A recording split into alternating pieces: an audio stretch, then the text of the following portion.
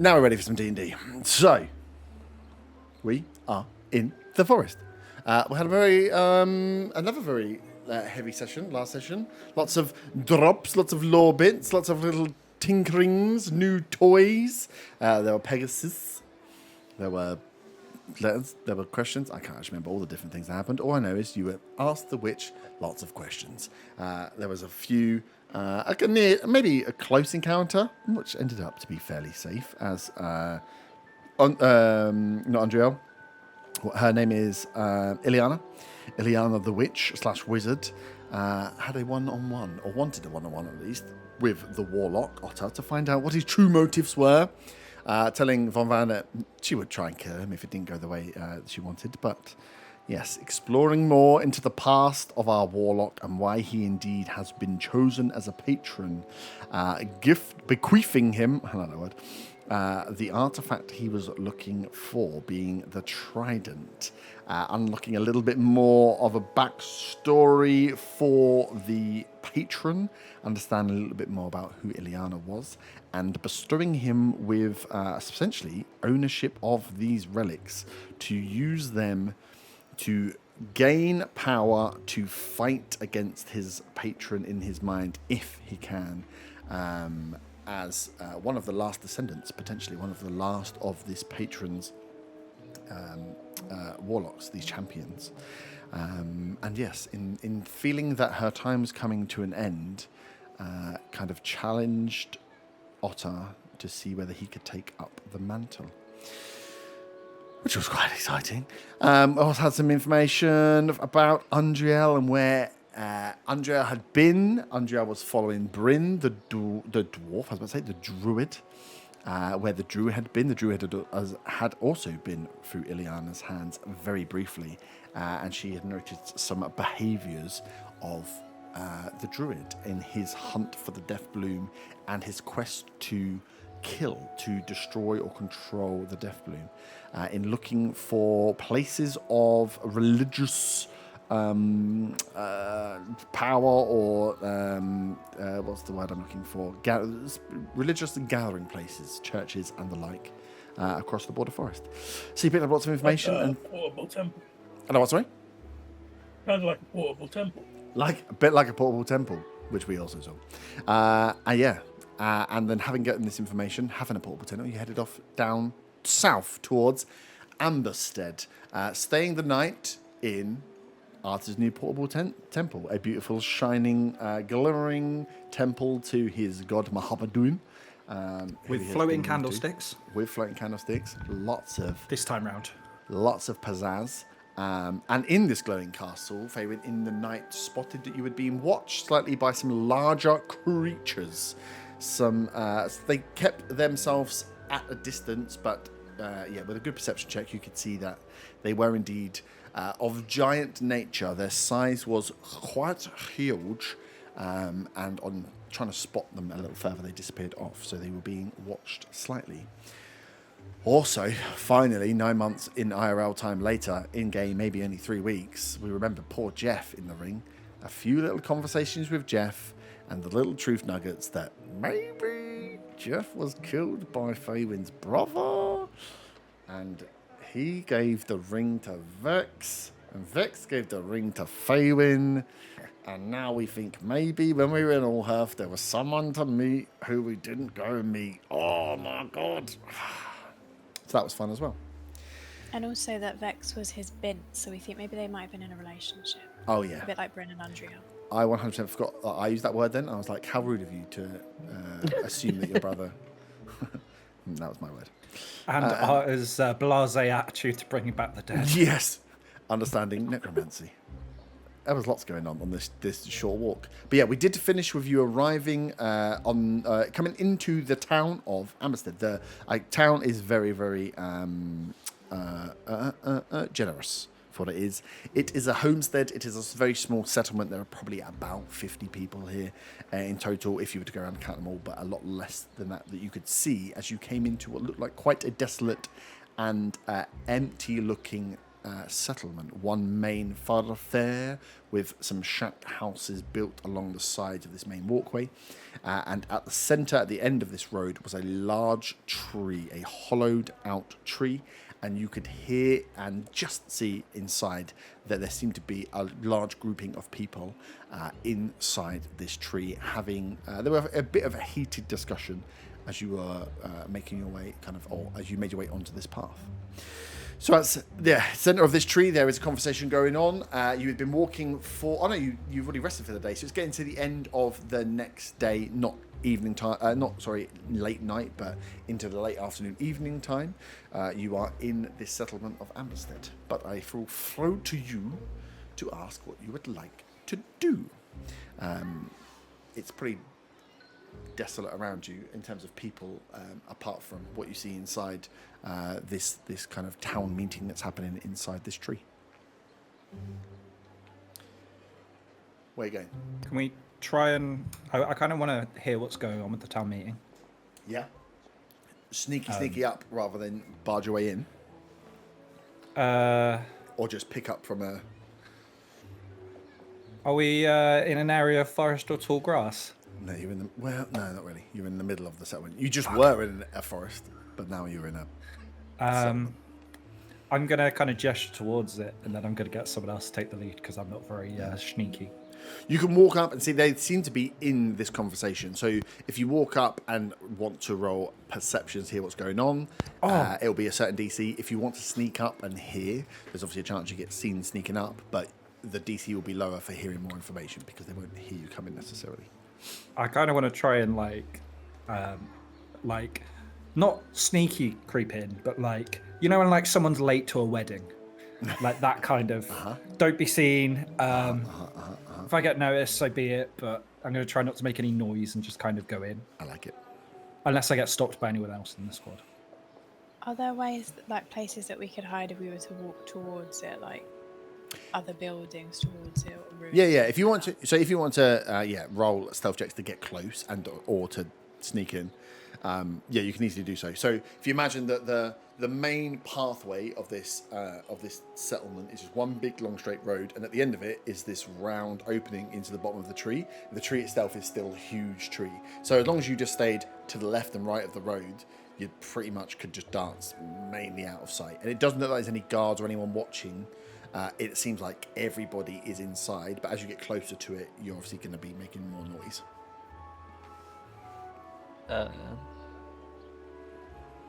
I've got another suggestion. I could maybe wild shape into some kind of bird that could just fly up to the tree, just kind of plant myself on the tree and listen out from closer. Could I pick which bird? No.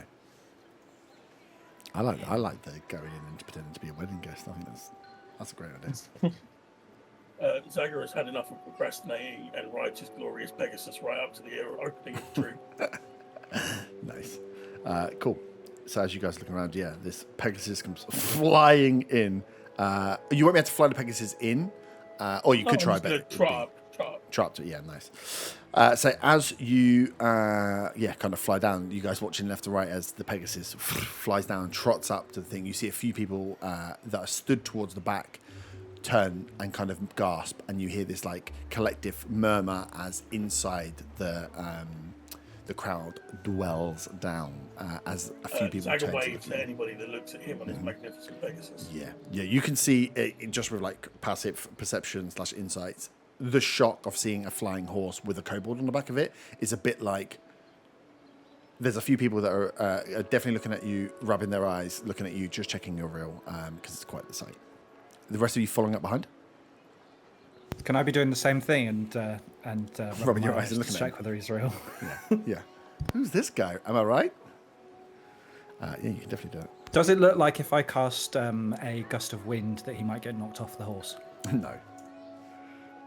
That would be funny, but also I feel like that would set a precedent. Not that I'm going to. I just want to know for future reference for when he betrays us. Oh, yeah. Can I do a check for it? If, for instance, he betrayed us, whether we could knock him off his flying horse. Hypothetically. Hypothetically. Give me an insight check. or an Arcana? We'll go insight because it's plus 10. That's a 19. 19. Zaga, roll an animal handling check with advantage because this is your steed. Handling. Yeah. Okay, first one was shit. Advantage. Advantage. Oh, well, it's still shit. 9. Zaga doesn't look that comfortable in that horse yet. Okay. I'll bear that in mind. And it will never be spoken of again. So you see, as you guys walk up, Arthur's staring at Zaga. The crowd starts to part a little bit as who would, as a gruff-looking human, bit shabby in the beard, looks a little bit dirty. Is kind of almost making a noise as he walks, as he kind of steps through the crowd to find out what's going on. Sees you here and just says, "What? Who are you guys? What are you here for? Who are you?"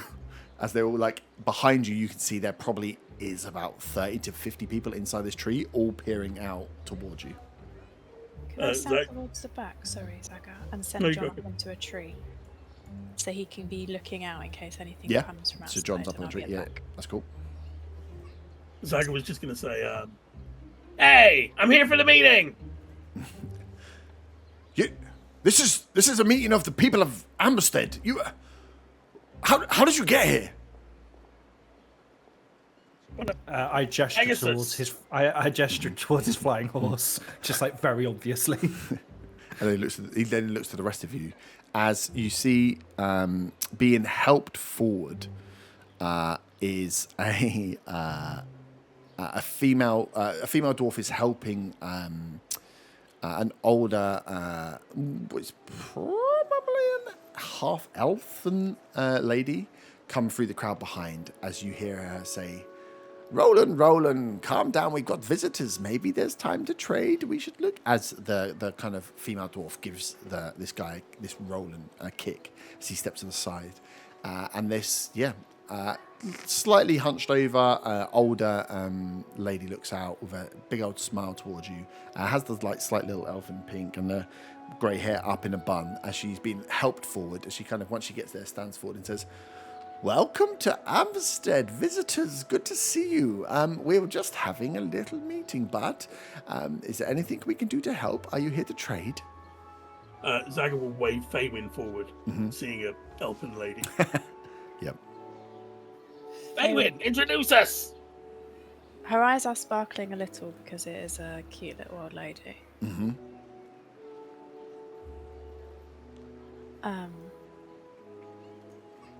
I didn't want to talk to her though. Oh, great.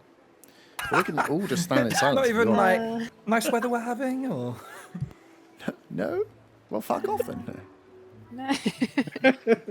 I will greet. I suppose I'll go forward. John's still up in the tree, looking out for danger. Mm-hmm. I'll go out and put my hand out to shake her hand. Mm-hmm. And say, "Nice to meet you." Yeah, she shuffles forward, takes your hand, and says, "Nice to meet you, sir.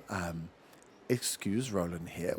We were just having a small town meeting about what was going on. We will be able to saw you shortly. Are you here to stay? Are you here to help? Has somebody sent you?" All and behind them, again, these 30 people are just staring at these 5 adventurers that have just turned up, one on a freaking Pegasus. Just in the middle of the border forest. It's like, oh, what the fuck are you? You get the feeling they don't get a lot of visitors. Does it look like this place is affected by the death plague? Ooh, good question. Give me just a general perception.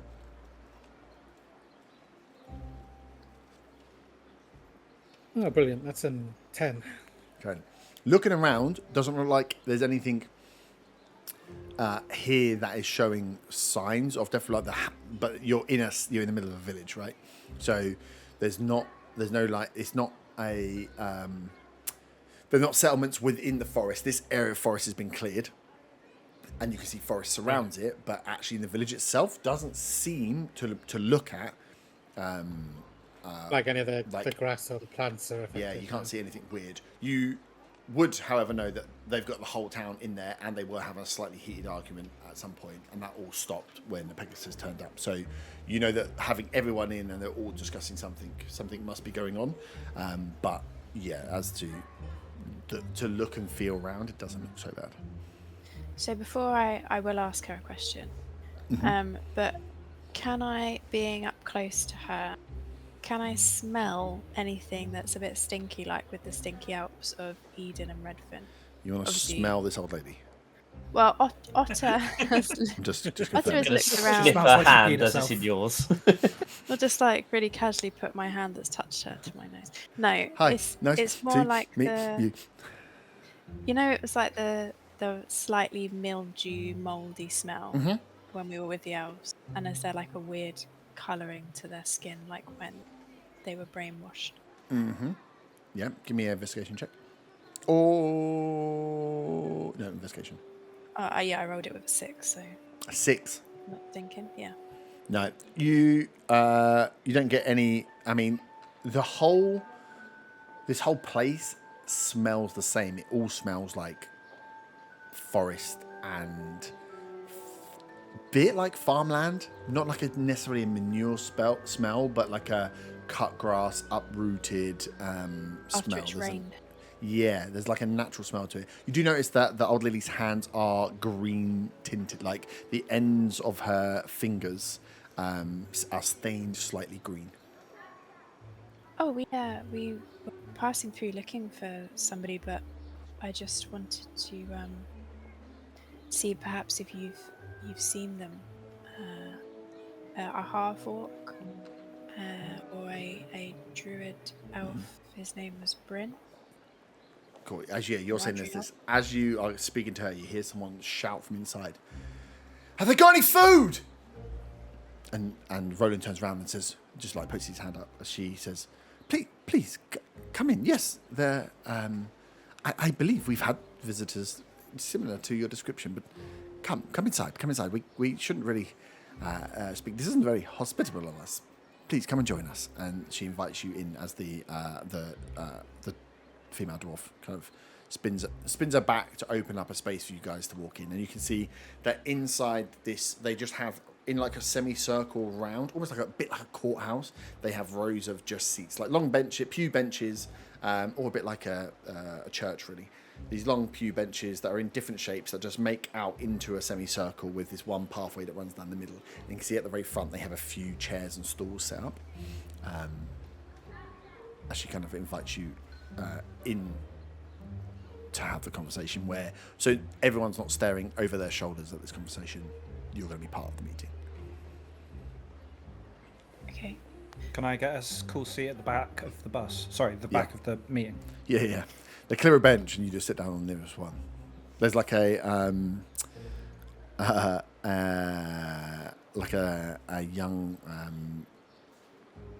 what would you, I was about to say, I'm trying to think of the word. Teenager was the word. Probably teenage, like mid-teens, maybe late teens.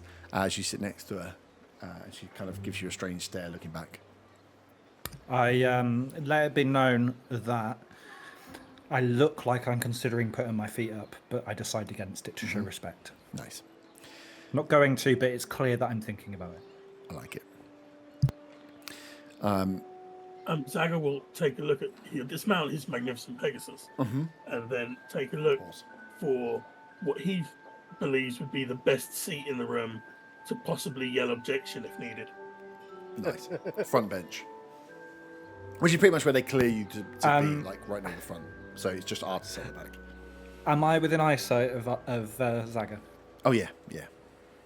This tree isn't huge. I'm gonna prepare a whole person spell just in case he tries to eat anyone. Understandable. Fully You're understandable. aware we killed the dragon spirit, right? How much of it was left behind though? Will we ever know? How much of that does Arta think really happened? Yeah. How much is that to pay attention? As Yes. yes. As you sit kind of sat down at the front on the kind of to one side on the left as As I make my this way lady to the sits front, herself down. if I see anybody looking at me strangely, I just nod at them with a confident and sassy nod. Nice. I mean, everybody is watching you guys walk in here. There's a few. Give me anyone that would be scouting the room for particular characters. Give me perception checks. If you just want to sit down and take what comes, then don't bother. It's a dirty 20. 26. Ooh. I've just touched a grubby, green-fingered old lady's hand, so I'm really alert. Okay. How dare you? You see, there are 3 seats up the front, and the one in the middle has a cushion on it, and that's where they go and sit down. This older lady. You see that she, with a 26, you would definitely pick up that she is bit like L'Oreal, maybe in that you know that in other places in the borderlands that they have these like they're like wise elders that take seats on there. Sat alongside them is this man Roland that was sat, and sit on the other side. The female dwarf you can see is has like the side. I was about to say like cargo pants. Has like the side pockets and straps to hold tools, and has a few simple tools just like strapped to one leg. So would look to be some kind of worker. With a 26, you also spot off to the backside. Someone that was kind of like it's not sneaking around the back, but was circling around behind. Was at a decent distance to watch you at the door, and now is watching you as it kind of moves round to the door. Who has like a cloak on, has a hood, but it is down, it's not up, and is sporting a bow over one shoulder. And that person is kind of not giving you evils, but is definitely keeping an eye on you, and would look to be some kind of like scout or hunter. The rest of the people here, there's some kids here, some young families, but there's somewhere between 30 and 50 people, including all the kids in this room. It's not a huge settlement that's here, but yeah, you pick up that. Clearly, this Roland, this dwarf, and the elder are sat at the front here to hold whatever this meeting is. As they sit down, Roland kind of turns to you and says, "We have the druid and this half orc. We have seen them recently. They came through looking for information, and we helped them out where we could. But they're coming." It also followed some downturns in luck for us here in Amberstead, and we've been struggling a little. So we were hoping that maybe with some more visitors, you maybe were here to trade or had some food or some provisions and can help us. We are a small settlement, self-sufficient, and we rely a lot on what the forest can provide for us. But the forest has been not providing recently, and a few of us have started to come down with an illness. And as you look around, you can see a few people that are looking a little bit more weary. There's actually a bench where like 2 people just laying flat down as well at this point in time. So it's good. Your arrival here was a surprise, but hopefully a positive surprise. So we would be willing to talk. And he looks to that kind of elder lady who gives him a nod, and he carries on like to help you with finding these people or telling you about what was going on. But if you have anything to help a small settlement, that would also be greatly appreciated. I'm sure we understand the forest is struggling. I'm sure we have some level of provisions that we could share. And I look I'll to the step forward. Mm-hmm. I'll step forward and take out of the bag of holding. Yep. How many have we got in there? There's quite a few, because we never actually used them. Well, please I'll don't hand brag. over. We're suffering here. Like, let's say 30 rations. Mm-hmm. Nice. So you get them, hand them out as you like. Tiger looks at this, wondering what we're getting in return. Well. information. As you kind of get these like small ration packs out. So they're almost like wrapped in packs, and as you put them, you hear like almost an audible gasp as Roland steps forward and says, "Oh, thank you, wow," and looks over his shoulder to the old lady, and she says, "See, we said it would be fine in the end." As he takes them from you. Does Roland wonder how these 30 ration packs came out of such a small bag? I mean, let's be honest, the Pegasus just flew down. Those crazy things have happened today. Can You I, wait till I get want- my temple online. How much gold? How much gold you got in your pocket right now? Jingle jangle. Me, Yeah. a lot. Yeah, you're gonna get fucking killed for that.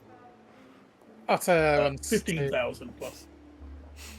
Otter wants to. He sort of grabs hold of his amulet, and he wants to cast detect magic, trying to determine if there's any kind of magic affecting these people while they're ill. Okay. Yeah, nice. Yeah, you could cast detect magic. It's like a 30-foot radius, right? Yeah. Nice. No, in a 30-foot radius out, you don't get any. You don't get any magical presence. In fact, like very strangely, like this is probably one of the clearest for a while. One of the clearest areas you've been with like no magical presence whatsoever.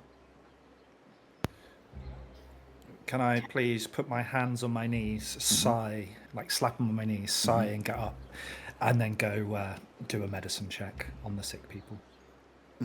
Yeah, If I'm allowed. Yeah, you can go. And I think there. That's what. Do you mind? Once you go over, as the lady says, yes, we have, as Roland has said, we've struggled and sickness has been rife. It's taking some of the able-bodied people out, and we've been struggling. These provisions will help us a lot. Do you please. know what's caused the sickness? And you think you say after the other two came through?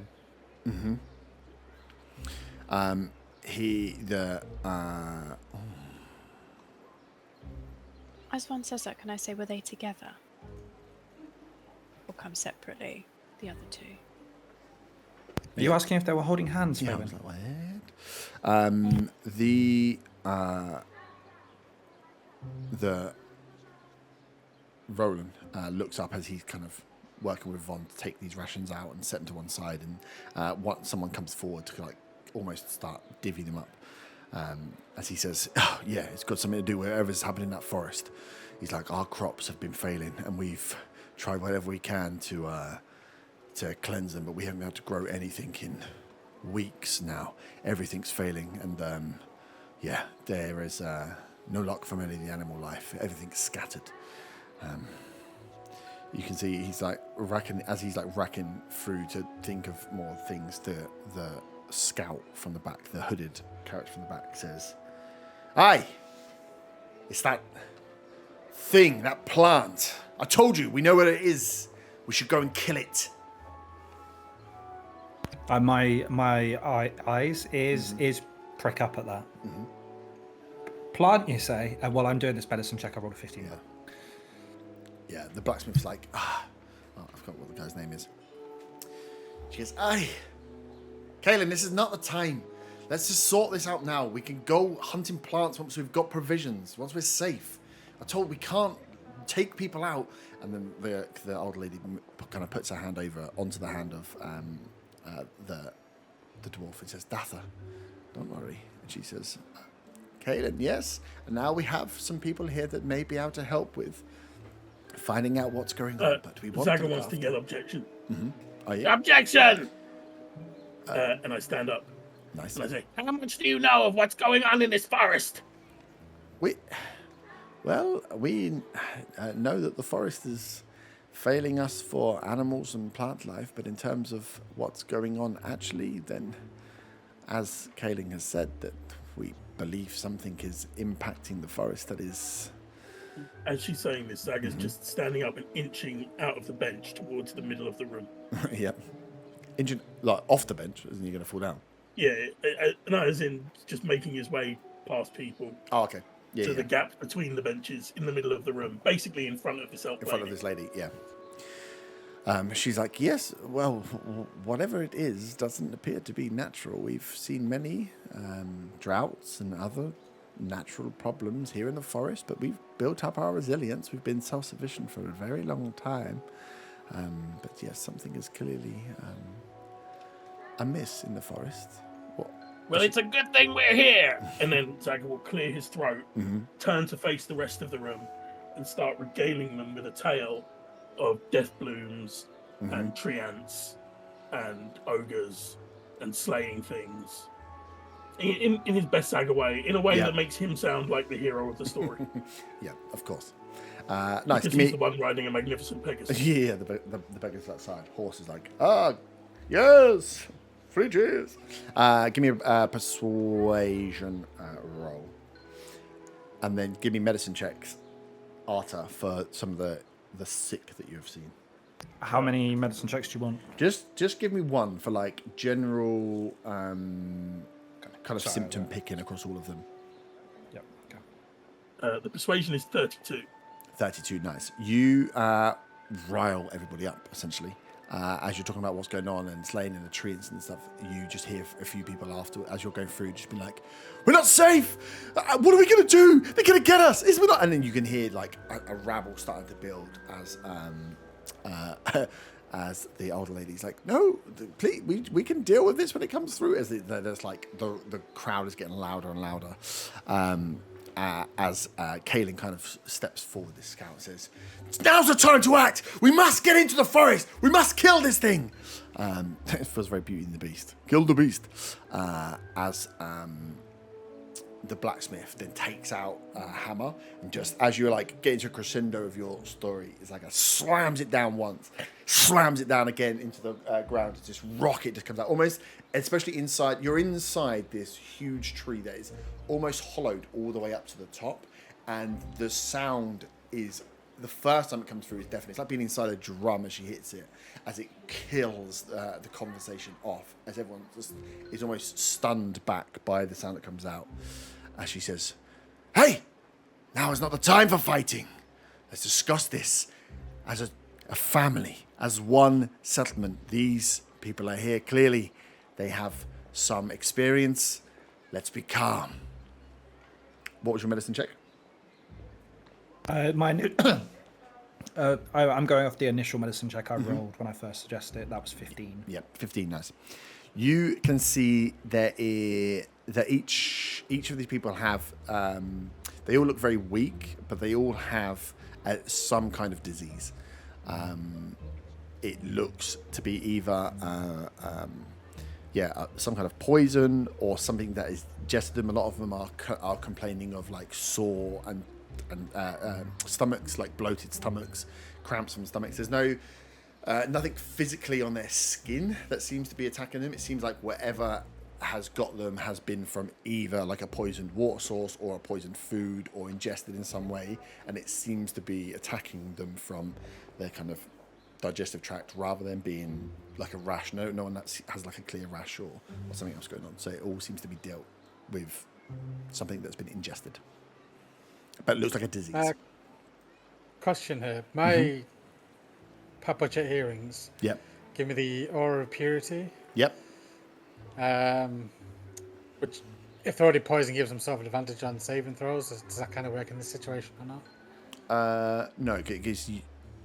If you're, well, It's in like an area of 30. if someone's poisoned, it gives them advantage. Yeah, so it wouldn't work in this sort of situation. If someone's already got a disease, they're not. They wouldn't mechanically be rolling saving throws from it. This is something. Yeah, that's what I was thinking. Yeah, this is something that's slowly getting. You had this, Arta.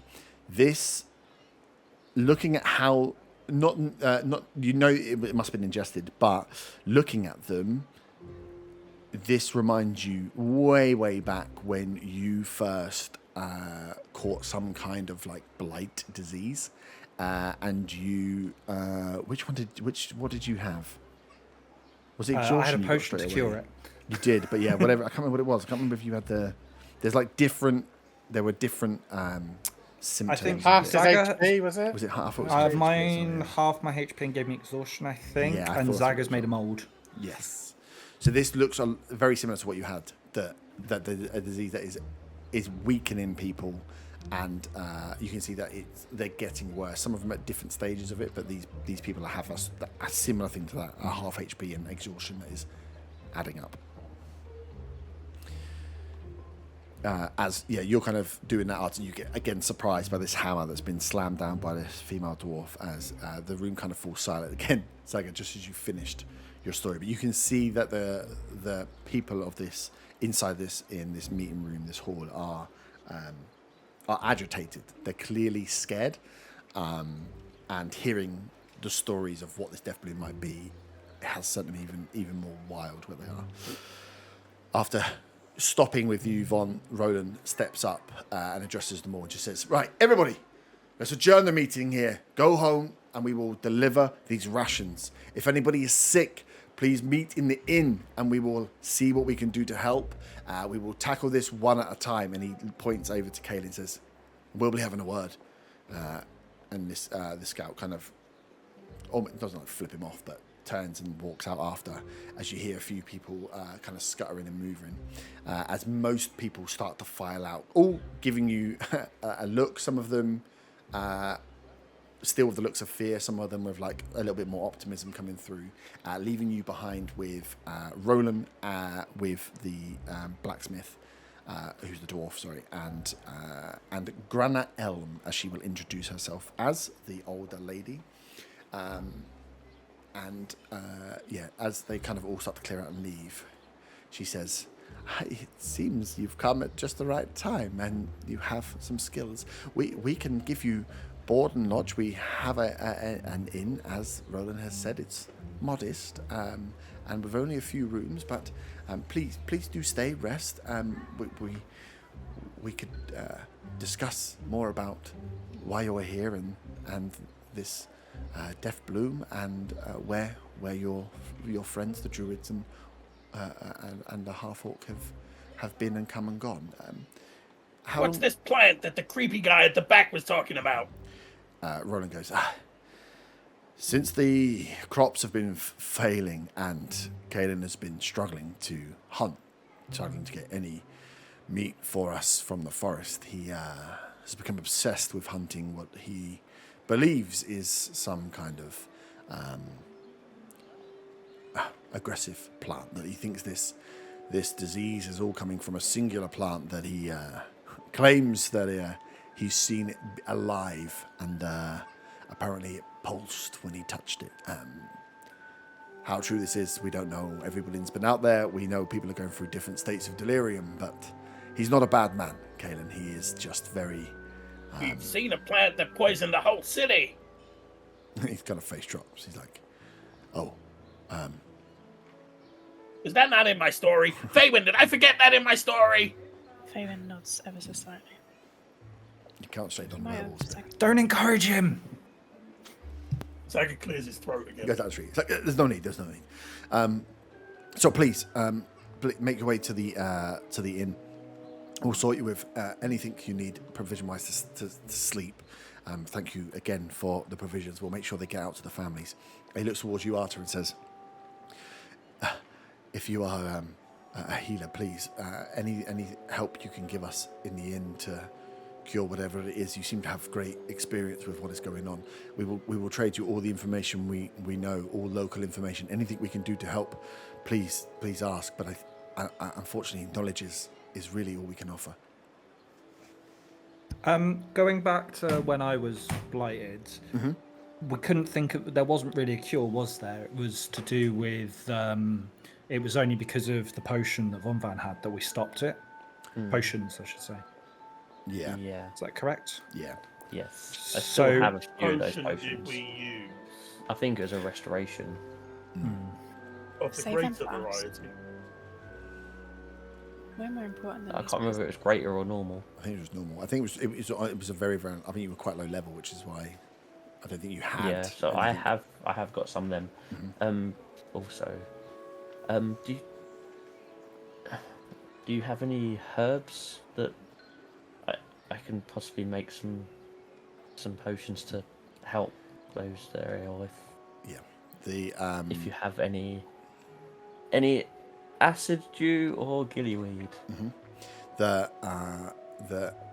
old lady, Grana Elm is what they call her. She starts giggling, and then you hear a voice from the back that shouts out, "Grana, I'll do it. I'll help." And this the teenager that was sat next to Arta runs forward, and Roland says, "Let me introduce you. This is my daughter, Mira. Mira is the apprentice to our herbalist, Grana Elm here." She laughs and says, "I have lots of plants for you if that's what you want." Amira says, please, Grana, let me help. I'll do whatever I can. You stay. I'll get. And she was like, what was it, gillyweed? And starts to try and take the list. And Grana says, Mira, calm down. We'll have time to speak to the druid here and find out exactly what he needs. We actually could trade some information. We have lots of plants here. Zaga again will pipe up and say, do you have any herbs that I could smoke, for fun? She looks at you and winks and says, no. And Miss Zaga Elm. smiles. Yeah. If you'd be so kind, do you have a is there a green or a field nearby that's currently not being farmed? I'm just thinking we should get if we want to help all the those that have been affected by this illness, set up sort of a hospital of some kind. Maybe in a temple. Maybe in a tent. In a temple? Roland will say, well, I can't grow anything at the moment, so my fields are tilled and ready for the next crop to go in, but we don't want to waste the seeds at the moment, so there's fields to be set up. But if there will be enough room for those that are ill and yourselves to stay in the inn if needs be. How big is the inn? He points you back to a lodge. It was one of the first buildings we come in, probably one of the larger buildings, but is no big, likely smaller than the Silent Dagger. I want to make sure that the where we're treating these these hurt people is sterile and clean. How far away are your fields? He's like, not far at all, just up around the corner. He's like, I can take you through. And then Mira's like, Yeah, I can show him. He's like, You're getting herbs. Go get herbs. You gave me a dirty look. oh, it's because you smell weird. He's like, yeah, no, that's no. We can take you there to set up. He's like, it is just a field. Yes. Okay. He's like, perfect. I can take you now. And he again, he starts collecting the rest of these rations. He's like, I'll deliver these off, and then we can go. The rest of you, please. It's the first building on the left as you look out. Kalen is staying. That is his main residence here when he's here in town and not out in the forest. It's called the Moonven Lodge. So please, he may be inside. Like I say, he's not a bad man, but just very excitable about this, shall we say. But please, make yourself at home there, and we can come and collect you where you want. He says, Grana Elm has a hut round by the pond roundabout. And she says, don't worry, I'll show you where it is. And gives you directions to the back side. So most of the houses and huts and shops sit along this main front edge with the buildings that people live in. The big tree is like the centerpiece, and there's some stuff around the back, which will be the farm on the back left side. Back right side, there's a marsh and a pond, and then this apocalyptic hut where Granny Elm works.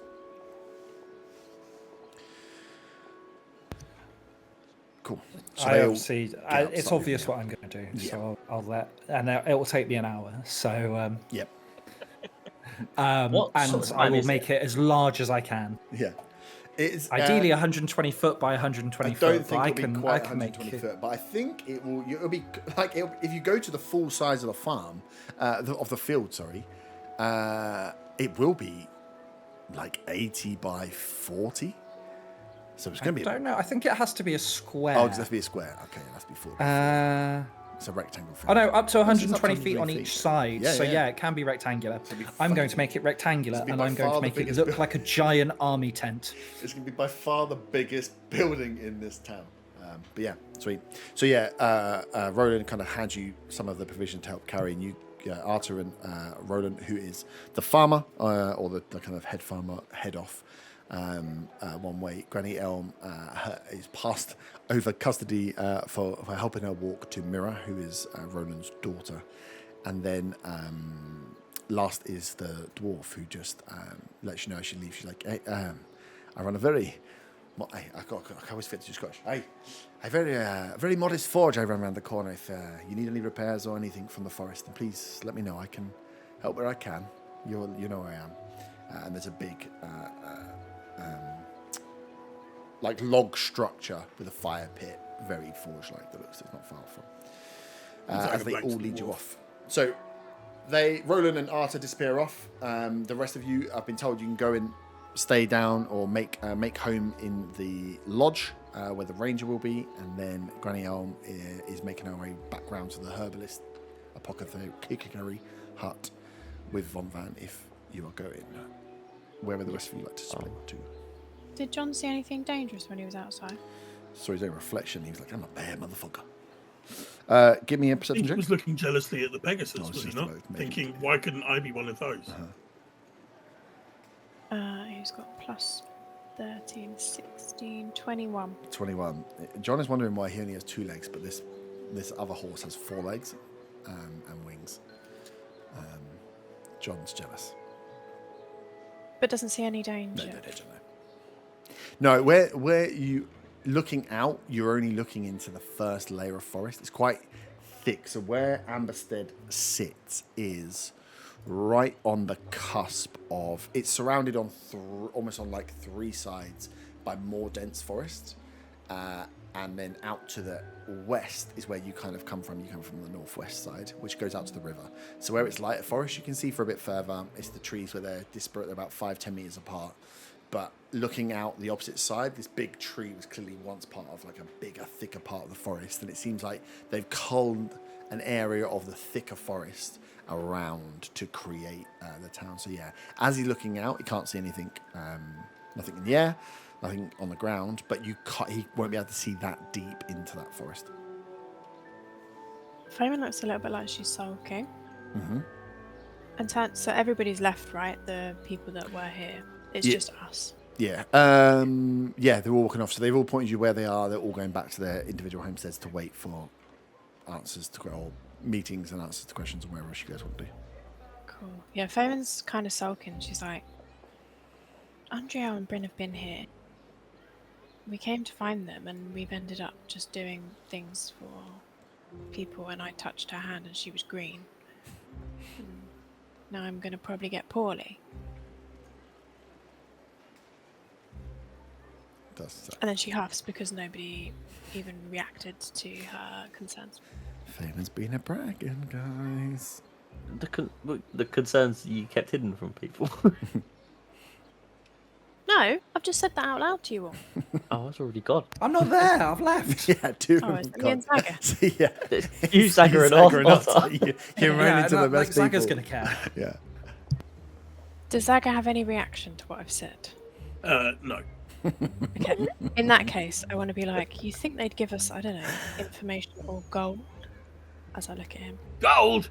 That's a good point. We gave them all our food. I mean, they might have other things that aren't gold, but there could be some stuff that they could have given us, like, Andrea. If only we could have scryed on her. If only. Very sad. And back to huffing. Nice. So, Arta is going to be building a temple, explaining Arthur, give me a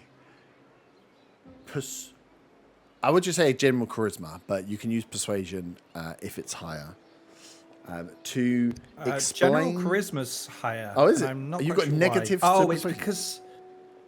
no, my persuasion is +0 because I've got +0 to charisma. Okay. But I'm proficient in charisma because I'm a tiefling. Oh, yeah. Okay, give me just a charisma roll. I should roll over there. It's an 11. 11. Actually, as Roland walks you back to show you this farm, you're talking about making this tent. That 11 is you trying to explain to him enough what it is you're trying to do.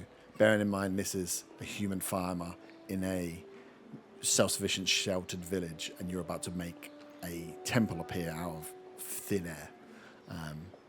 You do. Excuse me, I'm going to have my hat and I'm going to mimic punching in tent pegs. Yep. Oh, okay. Giant tent pegs. Cool. So you're making it as believable to his situation as possible. But yeah, Like you a, do 11. like a medical tent. He asks you a lot of questions and then gets to a point where he's like, oh, I'm never going to understand this, and kind of leaves you to it. And goes off to start delivering. Come back in an hour! Yeah. Von, you were heading off to the apothecary. Yes. Nice. So yeah, you have a wander around following it. It doesn't take long actually to catch up, and then you realise it will probably be speedier if you help Granite on walk here, because you like walk in with something that's incredibly slow. But you're like, sweet, it's going to take a while to get there. But you do see a few things as you are walking around that you spot, and then Granite has a good perception for like seeing where you are and what you're looking at. As she explains to you that they have it's like a small pond. They have a few different like marshy lands, but there is a kind of slightly raised pond that they call the Still Pond Shrine. It's like mirror-like in its surface. It barely moves, and there are you can see there's a few standing stones kind of stood on different corners. And she explains to you that they, along with the herbs, that is their shrine. That is their place of healing, their place of clarity, their place of meditation. What they kind of use to, in place of a church or a more religious building. As she kind of explains some of that stuff, and she says, "Ooh, give me a." What's your passive perception? Like 15? Passive perception? Yeah. 20. 20. Oh, nice. As she's like pointing out and pointing stuff through, she's kind of not rambling, but just whizzing through, not really in detail, not pausing for you to ask questions. You hear her say a few things about the Still Pond Shrine, where she says she hints that recently the waters have turned a little cloudier. And she said, and she kind of like tuts and says, well, the spirits of the forest are angry now. As kind of like almost like throwaway comments, and then moves on to her Does her veil. The water in there look similar to what we saw in the Fey? The Fey one did just look like water though. So yes, in that water is water. It doesn't look like there's a depth to it. I'd say you could, if you want, you can stop and investigate, but this would just be in passing. So it's whether you want to come back to it after dealing with her, or you want to stop and leave her. But yeah, it was a comment, and you kind of what? And as you catch that piece, you look over and you can see that it looks like a pond. You see these like stones that are set around the outside of it, and then you can't really make out the cloudiness. It's not like it's green and bobbling. It looks actually pretty peaceful and nice, but you just pick up the words that she says as she walks you around and you realize actually you come upon this like hut much quicker than you had realized. It's completely covered in moss, like hanging herbs outside. There's drying roots and racks. It looks at first glance just like part of the forest, like a mound, a hill, whatever it is, but it is a little hut completely covered. As you get close, the smell is pungent. Like there are many different types of spices, herbs, roots, and some of them crushed, some of them drying, some of them wet. It's all of that mix at once. It's like you've grabbed your entire spice cupboard, smashed it together, and then inhaled it. You're a bit like, whoa!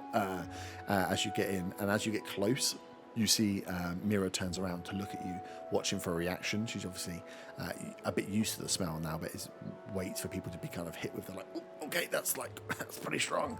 For you, it's not too bad.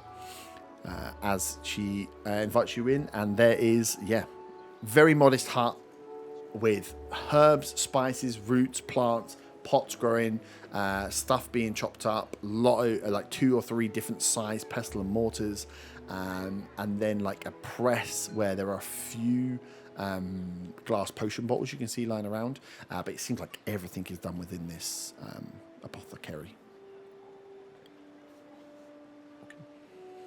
She's like, so welcome to my little workshop. She was like, I didn't get your name.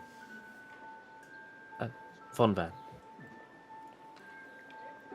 Von Van, nice. And I hope you don't mind me asking, Von Van, but where do you originally hail from?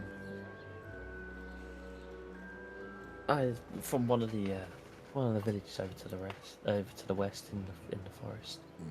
She was like, the other side of the river. She was like, yes, I could smell the forest on you, but she's like, but not recently from there. She's like, there's a spirit to you, a druidic spirit, is that right? Nothing gets past you. Yes, a few years ago now, left the forest and pursued the life of a druid. Mm-hmm. And you can see as she's like looking around, and then you see like a little twitch, like an interest, like a slight eyebrow raise, and she's like, "There's something else there as well." She's like, strange. You are quite the mixed bag, Von Van, originally of the forest, now a druid. She kind of pauses for a second. You know,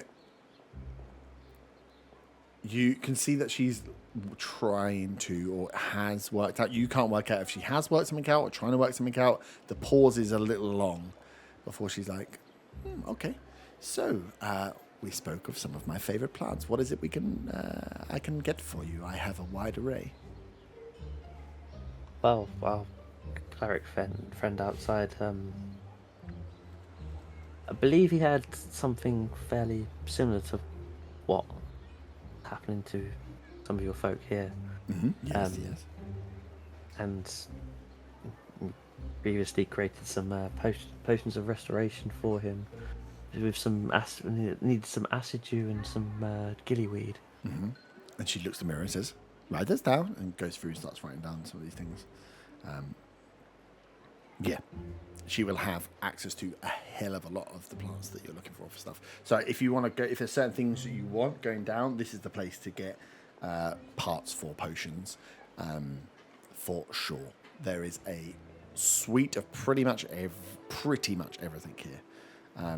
As you're looking around, give me an investigation check, just for like trying to spot stuff that might ping your like memory for making potions. That is 19.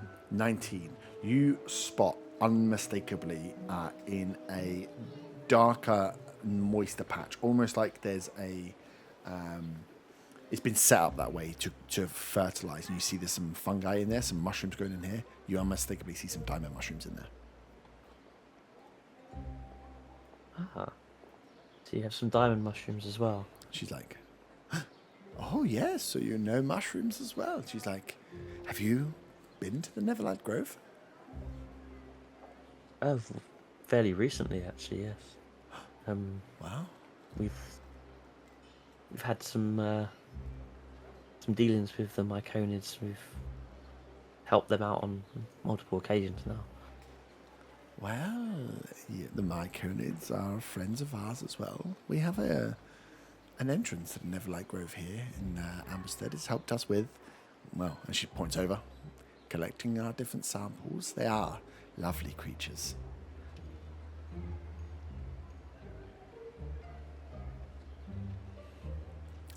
And then she can go for a list. But yeah, if there's stuff you want on there, we don't need to go through all of it now. But yeah, get the list of bits you want for the potions you want to make, and we can go through and see what she has and how much of what she has straight away, depending on the time you're going to spend here.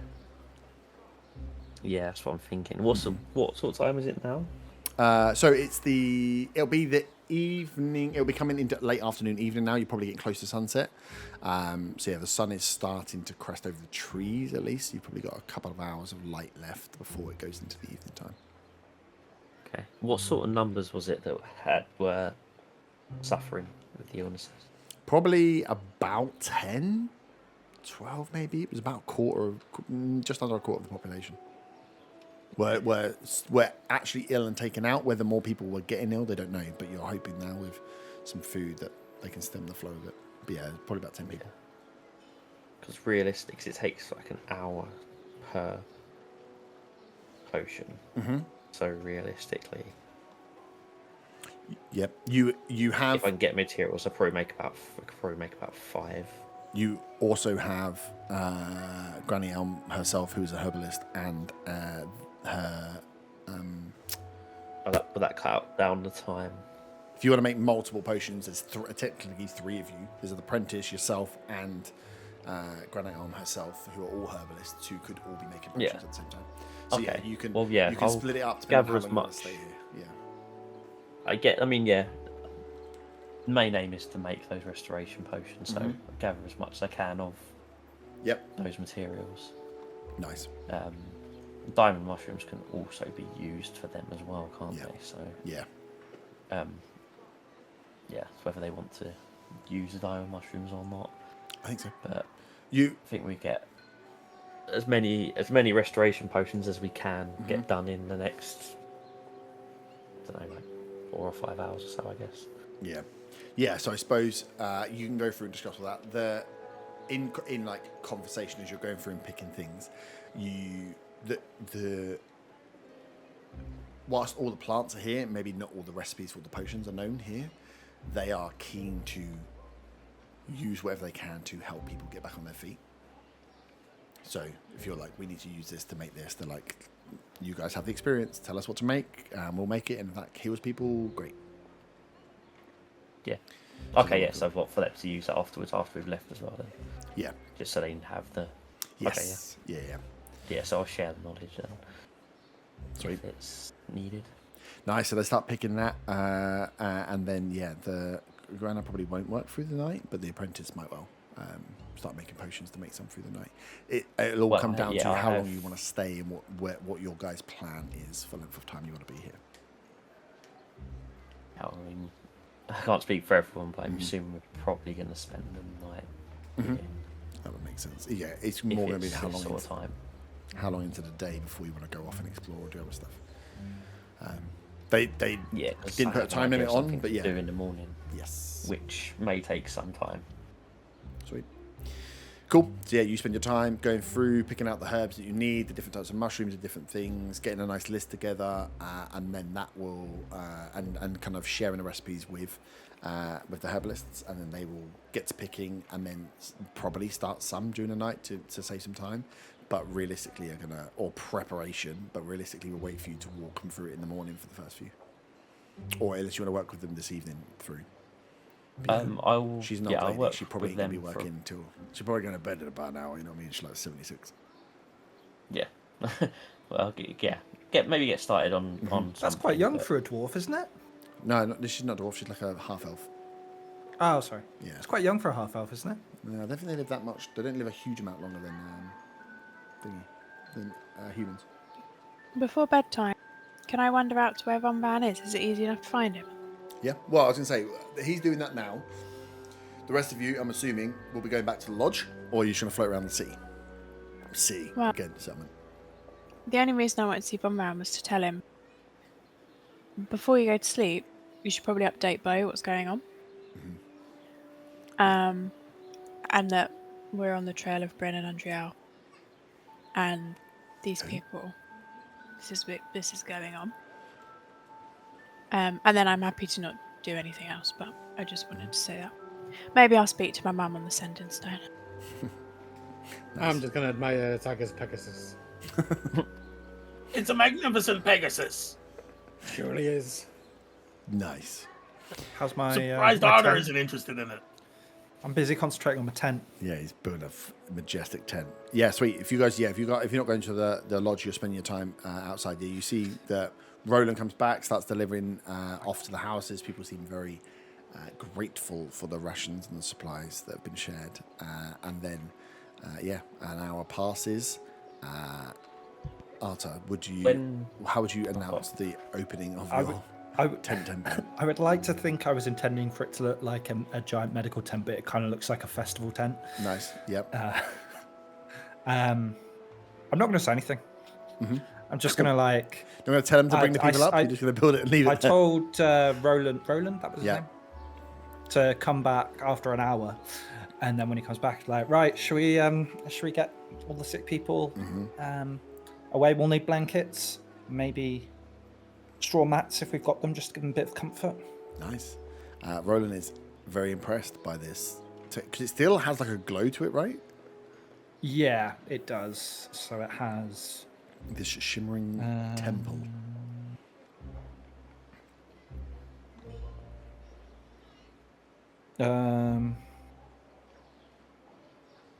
It shimmers. Yeah, shimmers. It looks majestic. He comes back, is very impressed with what you've done in an hour, and then heads off to start collecting people to come back. So you, Zaga and Otto, you will see when Roland comes back, you hear him as he kind of walks past you guys. He goes, "Your friend is quite skilled. He's built quite the healing tent." As he heads off down towards the lodge. The tiefling. Zaga looks confused at describing Arthur as talented. But he heads off to the lodge and starts grabbing people. You see the dwarf helps as well as they start leading people. I want to help move like blankets and straw mats and stuff. Yeah. He'll show you to where to get the provision from. A lot of the stuff again would come from the lodge as they start to move people in, and you see. You probably would end up with about 10 to 15 people looking for solace in your tent temple. As the blacksmith starts letting people in, she kind of clocks how much of the temple would have, or where in the temple, I suppose, would have the symbols of Mahabdun. How prevalent it's supposed to be an altar. I don't know. It's an altar with an idol or altar at one end. Okay, so, can I be cheeky and make it one of the long ends? So, as in, it's like halfway up on the side. Here, you can put it wherever you want. It's your tent. Well, it says on the end. Oh, so okay. I'm like, Yeah. and obviously it's fine, not a as square. long as it's- But I would want it sort of halfway up on the long side. Mm-hmm. Yeah. Just like not ostentatious at the end of the kind of the end of the tent where no one's going to go. Granted, no one's probably going to go around the middle of the tent, but sort of subtle. Trying to keep it as far out the way as possible, just to be like. So you've got more useful space, yeah. That's good.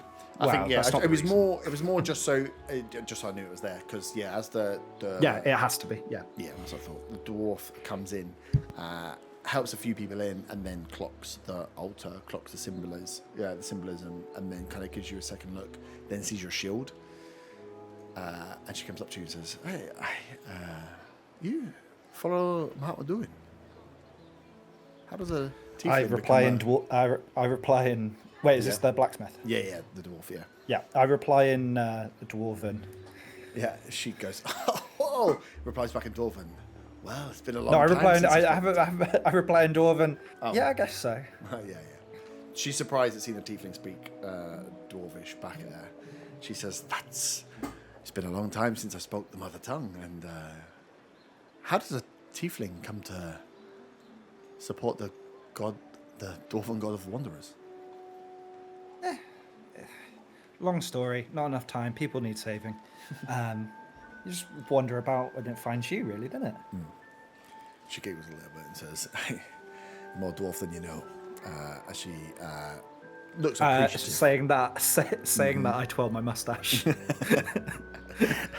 As she kind of gives you a knowing nod and then goes back to helping people to make sure that they all get into the temple. But yeah, as you would definitely know, or maybe have clocked on here, as a dwarf, not as part of a dwarven clan, very, very likely that that this dwarf knows of Mahatma Duin and probably is their main patron because that What's be a how it dwarf goes. doing in this town of humans and half elves? Yes, yeah. It's their wanderer god. How many?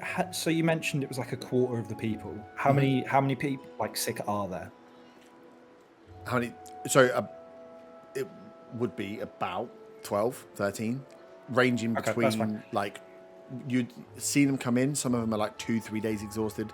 Some of them are only one. Some of them walk themselves in and just seem to be a little bit sick. Some of them are children and are being carried in. So you can see that it's been passing through, but is at different stages in different people. I'm going to do 2 mass healing words, not because they're hurt per se, but just kind of help ease their suffering. I'll roll it for what it's worth, but Yeah. so it is it's 13 points of healing. The roll is 8, but because they're getting healed a minimum of 1 hit point inside the temple, Oh yeah. they gain an extra hit point. To your But modifier. an extra hit point equal to my wisdom modifier, which is +5. Perfect. So 13 points of healing. Not that it will do much, but just to kind of help Common soothe them. Yeah. I Help won't them do anything sleep for better. disease, but for those, yeah. I mean, like a common stat block is. If they've got any 13, scabs that so- they've been scratching or anything, like, Yep. help clear up wounds. Yeah, no man goes up and, And goes, then- I can walk again. No, he doesn't really. And then he falls on his face. And then doing that, I'm going to go. I'm not going to say anything about it. I'm just going to do it. Sort of checking if there's anyone that needs kind of urgent care, which I imagine they don't. And then I'm going to go to the altar. Yep. Just kind of bow my head and then head back towards the entrance. God, this is complete character development. I don't know what's happening in this. I don't like it. Maybe I'm infected. You've got. The Does Arthur have a Red Cross vest on? No. No, It that's could- that's against the Geneva Convention or something. There we go. Nice. Sweet. So that will cover you for a few hours of the evening.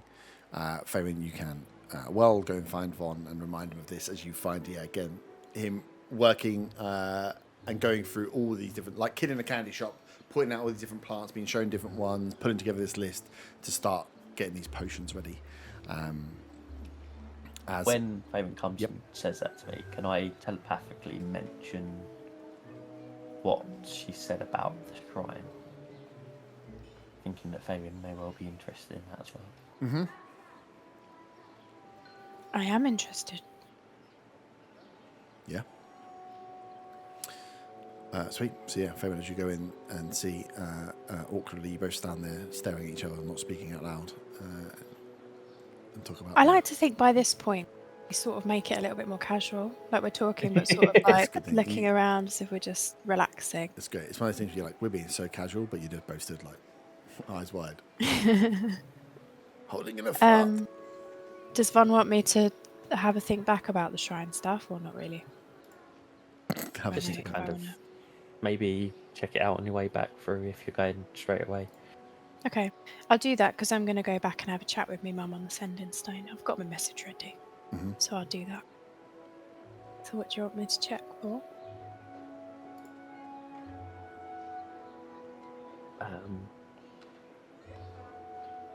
No, it's kind of because she said it was a cloudy, didn't she? So it was getting cloudy, and Yeah. then the spirits Yeah, of the forest. She So, had just yeah. mentioned out that the waters have turned cloudy. It means the spirits must be angry.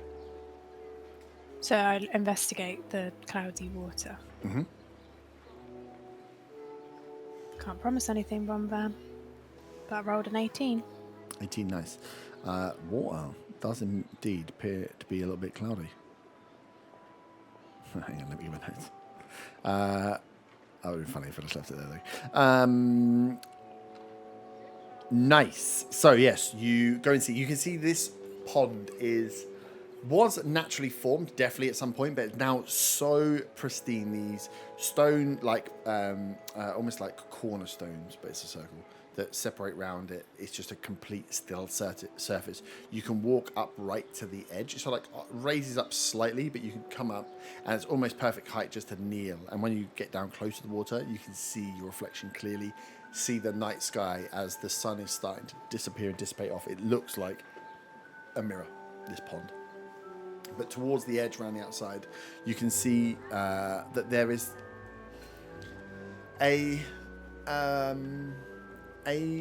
cloudiness to the water, very light. Looks like you have around the edges. Looks like when you dip a paintbrush into fresh water for the first time, and just wisps of little paint come off. that's what looks like around the outside. These wisps that just run around the edges of the pond look like they're coalescing on the edge, but the centre still remains clear, and they're of a cloudy grey colour, maybe tinging into like a slight green. Okay. Can I get a stick from nearby and sort of poke it in and see if there's any movement when I wiggle the water? Yep. You grab a stick, poke the water, and wiggle it. It moves like water. It obviously breaks the surface, breaks that mirror tension, but yeah, it is just like a pond. Cool. Interesting. So it's more pond scum rather than fog. I'm just thinking of the fog that we saw before on the water. So it's not like that, it's more just scummy. It's like in the water. It's like something is just running from the edge. A bit like when petrol runs through a puddle or Yes. something, but just not shiny. Okay. Cool. Nice. Interesting. I will relay that to my mum when I see him next. When I May see may I message my mum? You can message your mum. Yep. Okay, I want to say, hope you're well. Currently helping a forest community with strong sense of family. Makes me think of fond childhood memories with Elias. Sending my love. Nice. She will.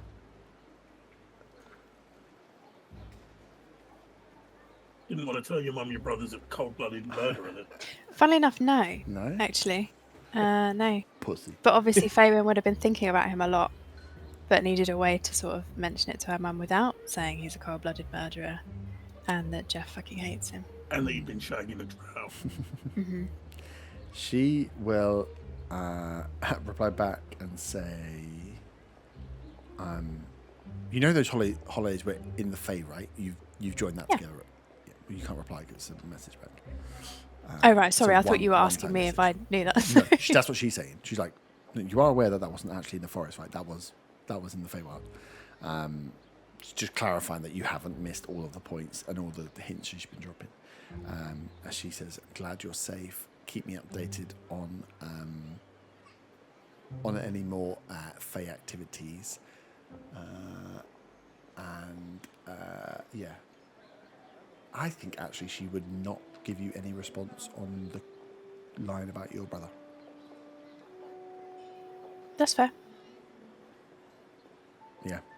You don't know I whether... can't believe she was sassy she to me left about the Feywild, though. What a little rat. Well, I mean... I wonder where she got it from. It was I mean, more maybe the sense of community, the family feel. Yeah. Yeah, I know, but then you threw your brother in there, which I think I don't know, yeah, I think you would think, as a probe, she's left it. But yeah, she was just making sure you're aware of the Feywild piece, and then and would have been happy that you are still safe, and moan and tell you to keep in touch, and then run out of words. Oh, cool. Where we are, sorry, just because I'm walking around the city, is my shard feeling warm at any point whilst I'm wandering between Vaughn and the thing? Me and Arkarnorchuk. That's a dirty 20. Dirty 20. As you walk around, no, not a huge amount. The most that you would feel it warm slightly would have been when you were nearest the pond. But that's also the area that is closest to the deep, forest. So out, you get a feel and a presence from deeper in the forest of more Fey presence, but nothing that beep, beep, beep, beep, beep, beep. Cool. Thank you. Nice. So you all do your little bits. I'm assuming we're all staying the night in the lodge. No, I'm staying in the Oh yeah, tent. you're staying in the temple, of course. Oh yeah, you've got the temple to stay in if you want to stay in the temple rather than the lodge. Although Did you shift out the sick people from the inn? I don't really want to sleep No, next to the there's- sick. they're resting in there. It's like a hospital. in the Don't really want to be temple. near them. I mean, you don't have to. But Feywin's not allowed in. When I cast a spell, I made specifically sure that Feywin wasn't allowed in. Brilliant. I So- hope my character dies now, and then you feel bad about it. You can grab my toenail and bring me back. Only if you've got 1,000 GP worth of diamonds on you. Otherwise, it's not happening. Sweet. When I get back to the main part of the town, if I can find the blacksmith Yep. and just ask whether they can put together a couple of large containers for me to fill with water in the morning. Once I had a rest and changed my spells, so they have some fresh water. Yeah, like barrels. Yeah. Yeah, she's like, oh, easy. She's already got. She would likely already have barrels, but yeah, if you want them to be waterproofed, yeah, she can prep to make sure that the first thing she does in the morning is tar some barrels on the inside to make them waterproof. Before you go in, then, Von Van, I will relay about the mucky puddle Okay. whilst I sit outside the temple because I'm not allowed in. Yeah, so where are you guys going to stay? Are you going to stay in the temple with the 6 people with Arta, or are you going to go in the lodge? But the temple is freaking huge. There's only like 12 people in there, and it's Definitely the lodge. 40 foot, 6 40 people, foot. no.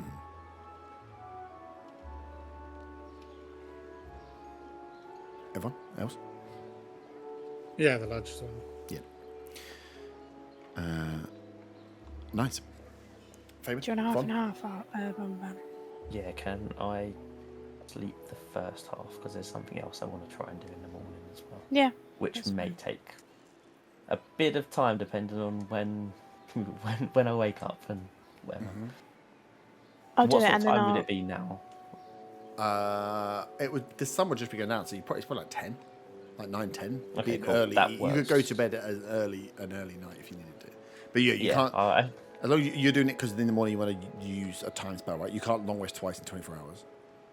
yeah. So Even 4 hours. Okay. effectively, what I want to do in not knowing whether it will actually work or not, but I'm changing spells over the night, and I want to take plant growth and do the long-term effect, see if it helps with their crops.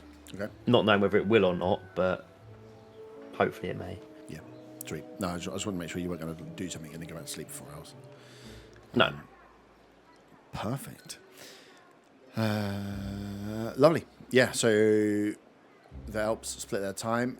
Zaga and Otter, as you go into the Moonfen Lodge, not waiting, but at a point when you're kind of getting yourself set, you'll bump into the ranger, scout, whatever you want to call him, hunter, Kaelin, who is sat with a bottle of some brown liquor. You're not quite sure what it is. It smells a little bit fruit when it comes in. It smells a lot like alcohol in here. As he has his kind of boots up, his bow just leant off to one side and he's drinking. As you see kind of you guys pottering about as you make your way into the lodge. And just kind of toward, it depends how, I suppose, seeing this on the way in, how receptive would you guys be to someone sat there as they're drinking and looking at you? Are you ignoring and walking straight off, or would you be, as they kind of look to you for a social interaction, I suppose, depending on your reactions, depending on what they do?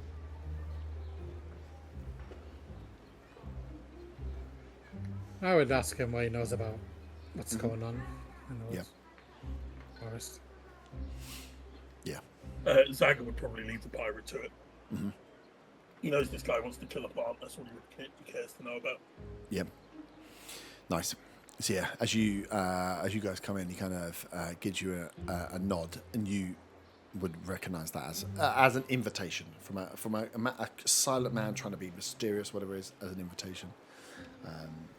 And also you take a seat with him at this table as he kind of grabs a glass over, passes it to you, and pours you out a bit of this brown liquor.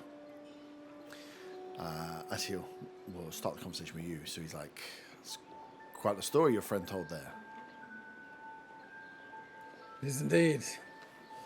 She's like, so you've seen it, this plant that's alive? I've seen some plants and some plant life. Whether it's the same thing or not, but it's hard to say. He's like, I fucking knew it.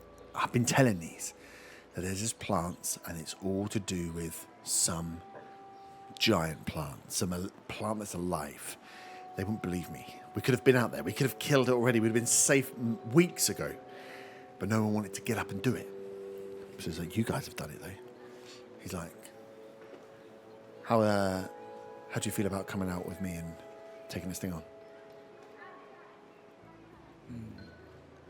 You see me get to die, friend.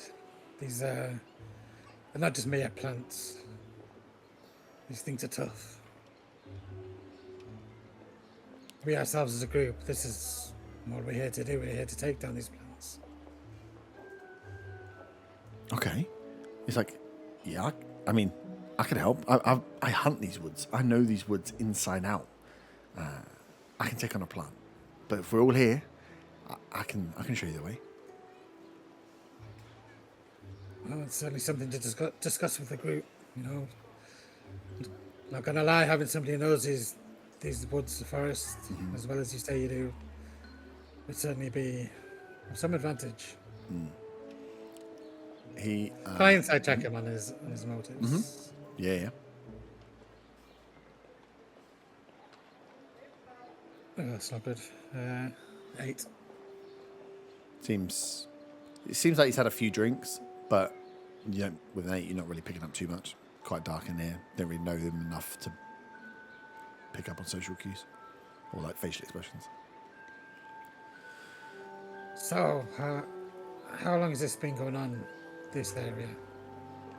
Well, we've been struggling for a fair few weeks now, but I mean, we can track it back. There's been a slow change. We've seen ups and downs, animals that move on, grazing parties that move, crops that fail, but it's just been a slow just decline, down. And he said, then you're looking for this druid, right? He came around. Not a coincidence in my book. He starts asking questions about where things are and what's going on, frantically searching for buildings, chapels, whatever it was. And then now we can't find an animal. We can't go out into the forest without being poisoned or falling down to disease. And you've seen half the people here. Something very, very strange is going on. You're saying these changes happened after the druid passed through here? They're about the same time. I mean, we don't see visitors for months, years, and then a druid passes through asking questions, comes through again a few weeks later asking more questions about strange things, and next thing we know, we're having problems in the forest. Could be a coincidence, but I don't really believe in coincidences. Have you noticed any change in the animals, the wildlife? Oh yeah, aggressive as hell. It's like the last. Well, it's been a while since I've taken down a deer, but the last deers I had some kind of disease to them. We stopped after that, even trying. Even if I could catch something, they have a frenzy to them. Feral. Yes. Almost feral-like. Yes. And well, seeing how ill people are getting, we're not taking a risk with those with that meat. So no, I've been using my skills just to go and scout a little bit, find out what's going on, and that's when we've been bumping into these plants. And how many of these plants in different areas have you seen? Well, Are they getting progressively bigger and aggressive to a certain point in the woods, or are they all the same? he said, I've only seen one big plant, one movement, and I swear this thing was moving. He kind of he stops for a second, looks at you, goes, and you guys are here to kill this thing, right? That's our main aim, and we're currently trying to track down this druid and this half-orc that also said was told to pass through here. Yeah. To find out what they know. She was a weird one, but I only heard. I was out when she came through, but they said she was looking for the same stuff. It's the There's a. She was looking for the same stuff, or she was looking for the druid? Right, she was asking questions about the druid, and then wanting to trace. I think they sent her off in the direction of this. The settlement used to be, well, hundreds of years ago, a little bit bigger. Amberstead, as it stands now, is a shell of what it once was. We all know what happened with the forest, but there was there's some ruins deeper into the forest. There's a larger one out there that is where I've seen this plant. I think that's where this half-orc and this druid were interested in. They wanted to look at ruins, these older buildings from times gone, and well, you know, keep an eye on people, where they go and what they do, just see what's been left behind. And it's not long after this druid's passed through that I start to see these growths around this building. I mean, it's a shack anyway, it's a shell of whatever it was before, but it's covered in new growth, in this new plant, and I swear it was moving. Fired a few arrows just to see, you know. Yeah. Well, certainly. Come morning, we'll discuss with the group our next move. And You'll have to convince them. certainly with your skills and your knowledge would certainly be something, somewhat of an advantage to us. I just want to see this thing gone, and let's be proved right. I mean, I've been telling them about it for so long. Hopefully with you lot here, with a mission to kill a thing that I've been talking about, I'm sure you can convince them that you don't need to hang around for too long, can get on your way, and I'll point you in the direction. This, fuck knows what this thing is, but I'll be glad to see it gone. Can I use detect thoughts on him? Yeah. Lightly or deeply? Just like you can't, just lightly, surface level. Yeah, surface level. When he says for us not being around here long. Yeah. What he's thinking around that. When he said about the what bit? Sorry. He said, you know, to convince them that we don't need to stay here for long. Yeah. And I can point you on the way. Yeah, his surface level is thinking about being vindicated, and like having you. He wants to get you out. He's like getting out and going to find this thing and clearing it out, gets him back to normal as soon as possible. That's his like surface level. It's just like, you guys, why would you guys be here? You're here to do something. If he can get you to do the thing that he thinks needs to be done, that could save the town. It's a little bit of like a hero complex piece in him. Right. So it's for us to go and do this, not that he wants us out of the way for some other reason. You don't surface level. You don't yeah. feel like there's any. No. If it. Yeah. From everything he's saying, again, you didn't roll great on insight, but yeah, from what you're getting surface level, it seems you can push deeper if you want to push deeper, but nothing is screaming. No, I'll out leave what it you surface would be level. in. Yeah. Sweet. So yeah, he shares.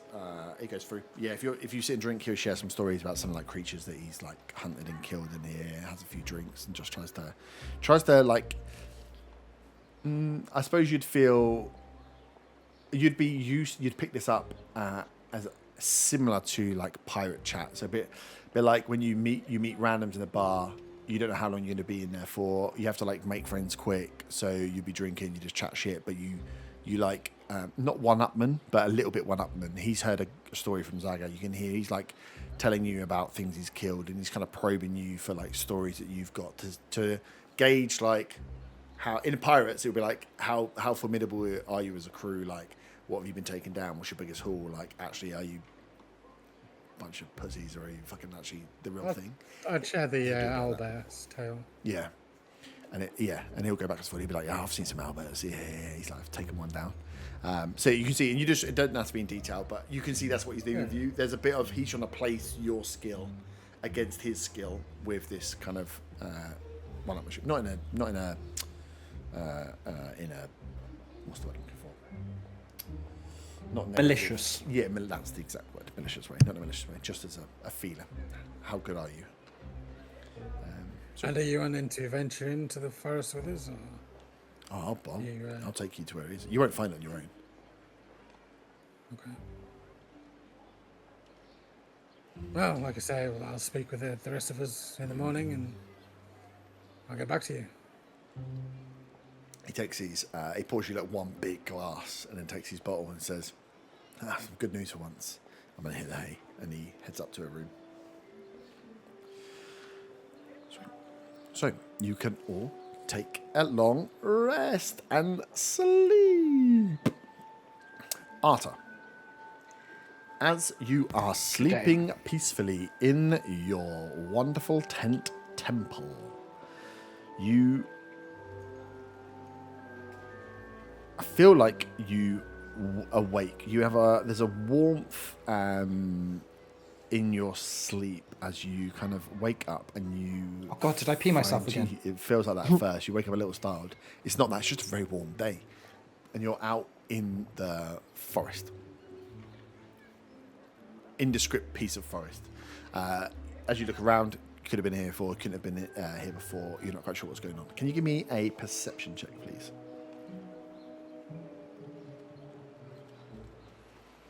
10. You then all of a sudden get this like a little sense that there is someone watching, someone around, someone stalking you. And I've just awoken in this random bit of... Yeah. As you've like woken up and you're like, oh, it's warm, you almost go to panic and think you've peed yourself, and then you're like, it's just a hot day. You're just out in the forest. And then, as you're then like, what the hell? You then get this like sense, like a rustle, like a move, that someone or something is stalking in and around you. That's not ominous. No, it's not. What would you like to do? I don't really know if there's much I can do.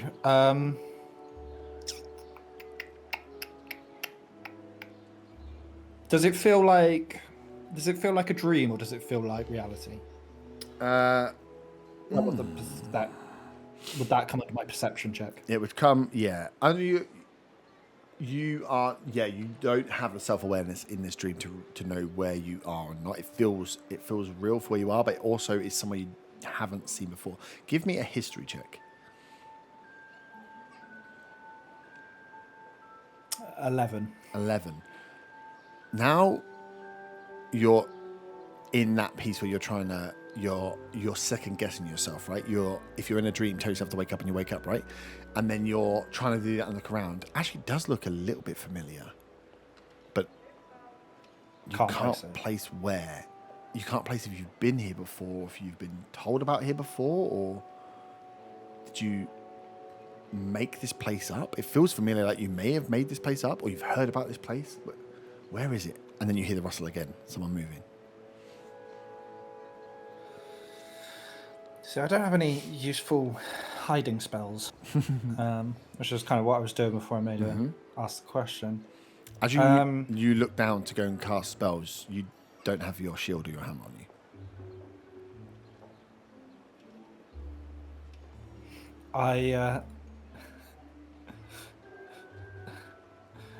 I cast Mage Hand,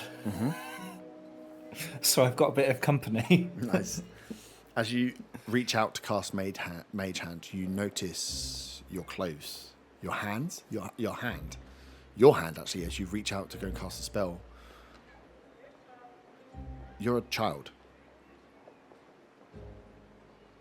You are. This is oh like no! a I've lost my hand. Oh wait, no. It's like a memory. As you reach out, no magic comes out. But as you look down, you're wearing your clothes. These are the clothes you wore when you were with Callan.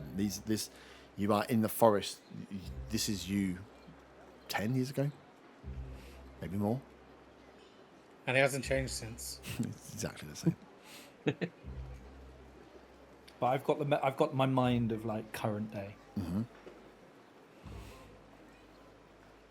I don't have any recollection of. Yeah, you got your mind. You are almost conscious of what's going on, and that's even weirder. The fact you've realised you're in a dream and you've not woke up. You've done this before where you're like, oh, this is strange. Oh shit, it's awake. It was. But I did need a wee actually. That's why I had a scary dream because I was going to piss myself. You are in your brain, but you are realising that this is either a memory or you're reliving something, but it's you as a child, dressed in clothes that you remember wearing when you were with Callan, in a forest that you remember, but you're not sure if it's because you've been there or because you've been told about it or because you've made it up. Well, then I can't mage hand because mage hand I got from my, Yeah. telekinesis. Yeah, it's only as you went to cast it out that you saw your own hand, and then you have the presence. You've been rolling kind of bad to realise that you're actually a child. You're actually a little bit smaller than as you are now. You had a good growth spurt when you were a kid.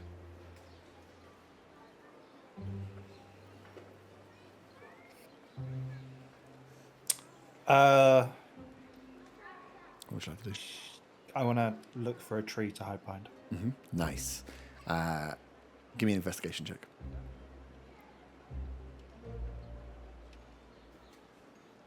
17. 17. Nice. You find a great tree with a great little hiding spot that you can run and jump into as you kind of hunker yourself down, move quickly, scutter down, and find this hiding spot. And then you hear the rustling again, you hear the movement again, as you can hear these footsteps kind of like dotting around but getting closer to you. You can't quite make out, is it one, is it many, as they're moving towards you. As you hear calling out from the forest. The wilderness holds no danger for those that travel with faith. I internally and externally cringe. As they moves around again, give me another perception check. Cat, you're in the way of the screen. I can't roll the dice. 23. 23, nice. You recognize that voice. You recognize this place. You're in the story. You're in Callan's stories, the stories of the Watcher.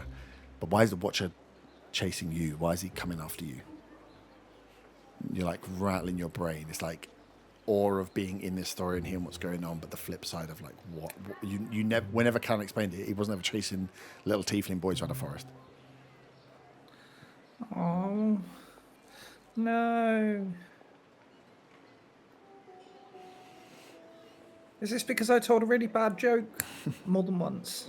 Maybe. Are you staying hidden? Yeah, I'm just going to stay. I work on the basis that I'm a child. I think just whilst he's obviously older than a toddler, and if you put your hands over the eyes, then no one can see you. Yep. I work on the basis Art still has that mindset, even Okay, cool. in up-to-date time. That works. That's nice. As you cover your eyes and just cower behind the tree, hoping for the worst is over, you hear very close to you. The unknown is not to be feared, but explored with courage. Open your eyes, young one. Is the voice like right in front of me? Very, yeah. Feel the breath. You can almost feel the breath of it, yeah. I like open my so my hands are over my eyes. I open like my fingers and like look through my fingers. Yep. As you can't. It's a weird one. You can't quite. The silhouette makes sense. There's the mantle leaf cloak that you can see rolling down off the head, covering the eyes. You know, like classic cartoon style. You can probably see the nose down. You can't see the eyes. You can see the whip is at the side as this dwarven figure is leant down with a hand out towards you. Even if you were to concentrate and stare at the face, I don't think you'd be able to put a proper face to it. It's that dream piece where you're like, I'm remembering everything, but that bit is just so messy. Your brain can't put the face in there, but you can see the mouth and you hear the words that come out as this hand is raised out towards you, essentially. Do you take his hand? Yeah, screw it. As he takes your You hand. know, I was never taught don't speak. Yeah, but that's fine. We've He's the learned. Watcher, right? He's a superhero. Maybe it will lead me on a wandering adventure. Or the death at the bottom of a river. As you take his hand, you immediately feel calm. That kind of sense of warmth come back, the fear that you're feeling, the anxiety, the scare, the heart rate all starts to drop as you feel the kind of the safe, strong, and in your hands, large, like hands of the dwarf known as the Watcher. Wait, the Watcher's a dwarf. I feel like I should not have known this. Of course, the watch is a dwarf. Well, maybe you didn't piece it together, but yeah, now you. I didn't piece it together because the cloak, the mantle, as Yeah, we it was say, all- doesn't it's long. feel like it's the length of. It grew. No, it dwarf. did. It was dwarven, and then when you had, oh no, it was always short because you haven't actually been able to tune to it yet. But yeah, I suppose that was the side of it. my flappy cape has corroded where it starts and where it ends in my head. Yeah, true. Nice. He holds onto your hand here, and instead of like pulling you up, you just hear the voice come into you again. That says, "The wilderness holds no dangers for those that travel with faith. Remember this. Beware of the outcast. Strength lies in unity. Do not turn from the path of Mahatma Duin. Protect the vulnerable. Honor him. Beware the outcast." I go to sort of gesture around me and then remember I'm not in the temple. I'm Yeah. in a random forest as a child. Nice. And then as you're in this moment, it's like locked. It starts to like fade away from you, and you just hear the voice. You just hear these things going through over and over again. And the last one you hear before you wake is, "A true hero shields those who cannot defend themselves." And as you hear that, you kind of wake up, and you are kind of startled as you look around. Everybody else in the temple is sleeping very peacefully, and you immediately like have your shield and sword ready where you left them. You check everything is fine, and you're almost sure you see just a slight glint. The Mahatma Duin sigil on the front of your shield is extra shiny at this moment. I kind of quizzically think to myself, that's odd. And then my next thought is, how do I make it dirtier so that Zaga doesn't try and steal it? True. Very safe. Because he is a magpie. Nice. But then you're looking around, you are safe inside the temple, and you can get back down for the rest of your rest. Elps. The 4-hour sleep squad. Who is up first, doing what first?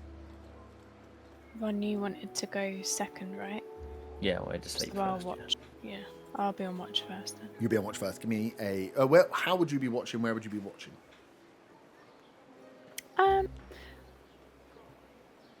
Oh, that's a good point, actually. I You're guess watching Von Van sitting. Zaan. Pardon? You're watching Von Van Zaan. No, he's doomed.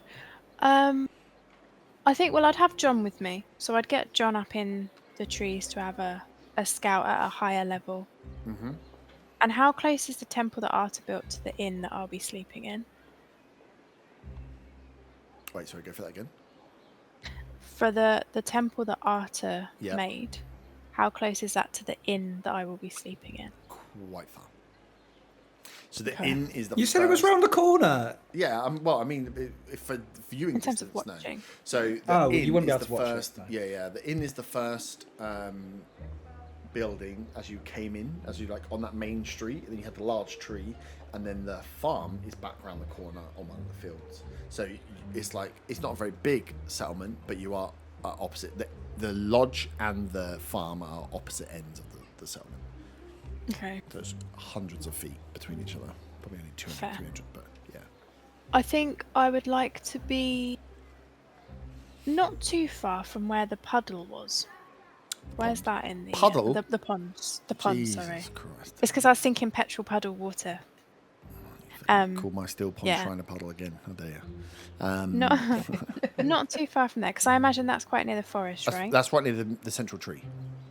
So you think Yeah. about the big hollowed out tree is almost in the centre of this settlement, with the farm behind it to one side, the pond and the herbalist out to the other side, and in front of the tree is all of the buildings, the lodge being the last one. So if you were to try and place yourself centrally, the big hollowed out tree would be your best bet.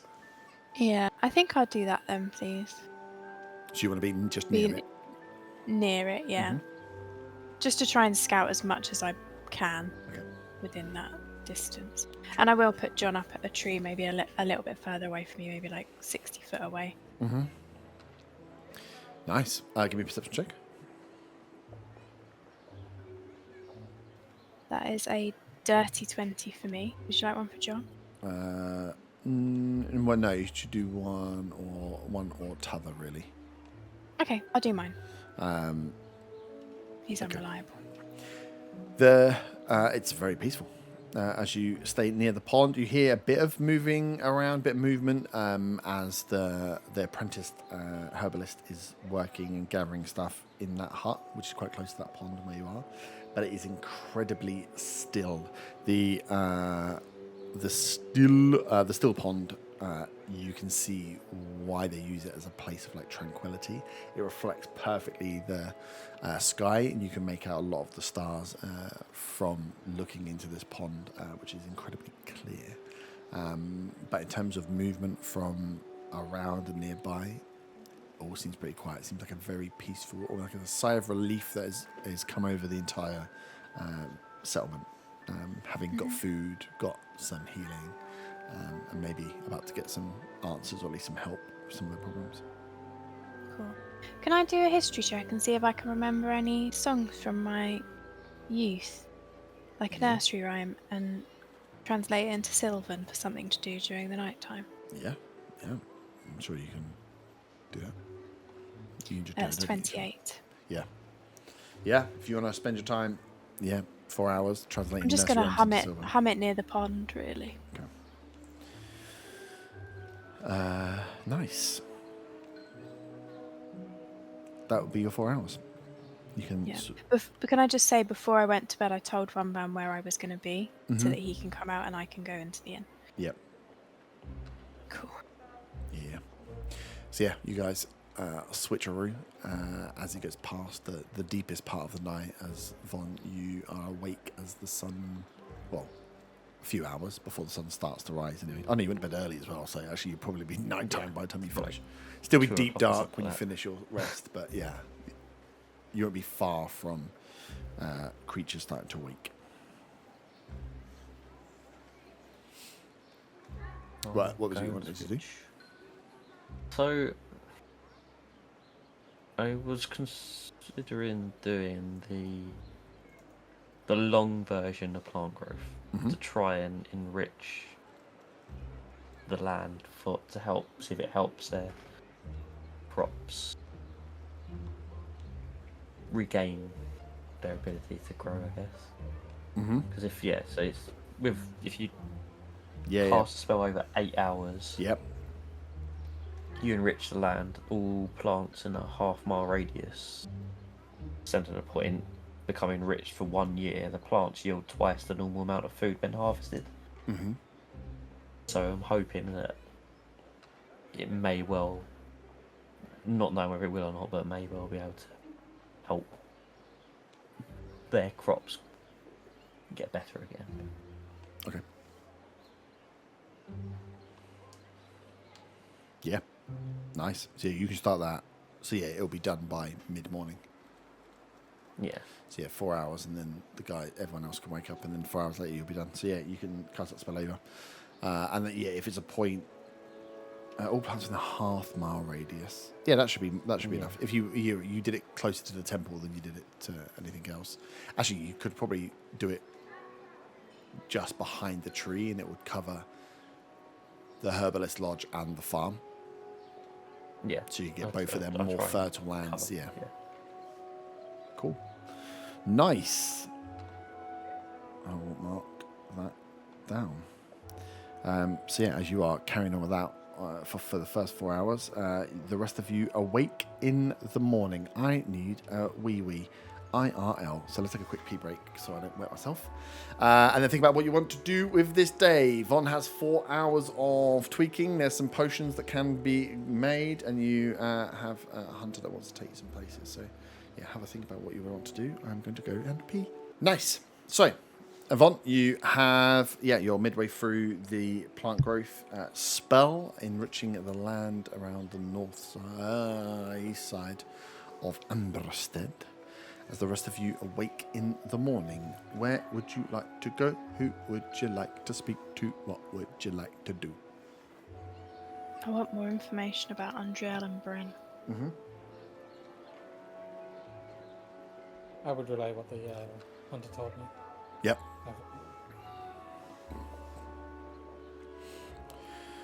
Sweet. So you can request an audience. Did you stay in the end in the temple or in the lodge? Faywin? Lodge. Lodge. Okay, so you guys will come out in the morning. Yeah. So as you guys will make your way up to see where Von is, what's going on, the natural convenient point would be close to Arta's temple. As Roland appears from his farm in the morning to check on how people are getting on, can see that with the mass healing word spell or cure wounds, whichever one was, that people are looking better but still ill. They are still diseased, so they are still ill, but they are being cared for in a clean, safe environment, which is good to see. Which brings him, which makes him happy. It makes him happy to talk to you because good things are happening in Amberstead. So as you guys want to ask questions, he's like, of course. Let me get Grana and let's meet in the heartroot tree. So is it Grandma Elm? They call it Grana, but it's like Grandma Elm. Elm. Okay, fine. Elm, like an elm tree. Yeah. But she's not going to be offended if I call her Grandma. Probably not, no. Okay. Probably won't hear, let's be fair. So he goes off to get her, and if you give it a little while, hang around the heartroot tree, it's not long before he comes back with Did I miss Grana. anything? I'm still pissing. Oh, no, we just come back. You grab Roland. Roland grabs Grana, and those that want to can head to the tree. Von, you will still be doing your spell at this point. Mm-hmm. So those that want to sit down. So Faywin is definitely going. Otter, you've passed the information over. Does anyone want to join Faywin in the chat with Roland and Grana Elm? Zaga, we're going to speak to them to find out about Andriel and Bryn. Will I be able to yell objection? If you object, Excellent. Let's go. please don't object. Yeah. Not until we find out the information, then object all you like. What I've done. Nice. So the room, you can see where all the chairs and stuff and the pews and stuff are. They can put them together to make a bit more of a closer call, so it's not them sat far away from you. So they get Grana sat down, pull some of the pews up so you can sit close and have a conversation where you don't have to shout at each other. As Roland thanks you, he's like, you seeing the people out there in the world. Arto, are you staying in the temple? Yeah, I'm going to continue monitoring everyone's health. So with the two of you there, he's just like this. Haven't been scared further by the dream. Well, no. Ottar, did you come with me and Zaga? Oh yeah. Yeah, I can do. More of you there to ask more questions. Whoever wants to be there, sits down as Roland starts by thanking you for the provisions, for the temple, for starting to get things going. And he said that it spoke to Von to ask him what the hell he was doing with the magic that's there. And he thanks you all, and Grana kind of has a smile to themselves. So you can see that they are very amenable and would have a good relationship or perceived good relationship with you for asking questions. It's a good place to start from. As he kind of says, shoot away, what would you like to know? How long ago? Well, first of all, were the Druid and the half-orc, were they together? Oh, no. They were weeks apart. They were both from the Druids, right? Both from every so often he will look over to the ground and he's like, both from the Druids sent down. But no. The man came first and then yes. the half-orc after? Yeah, she came a few weeks back. We haven't seen we haven't seen the Furbolg in a while, but he came first. He was stolen. We've seen Druids before. That's normally who comes through. They bring gifts to stay. We go out and they survey what's going on with whatever else. Sometimes we get them stopping over when they come down the river. But we don't get many visitors, so it's easy to remember them when they do come through. But definitely not together, no. Sorry, You, out of character, you said Furbolg. What's that? Furbolg. It's a.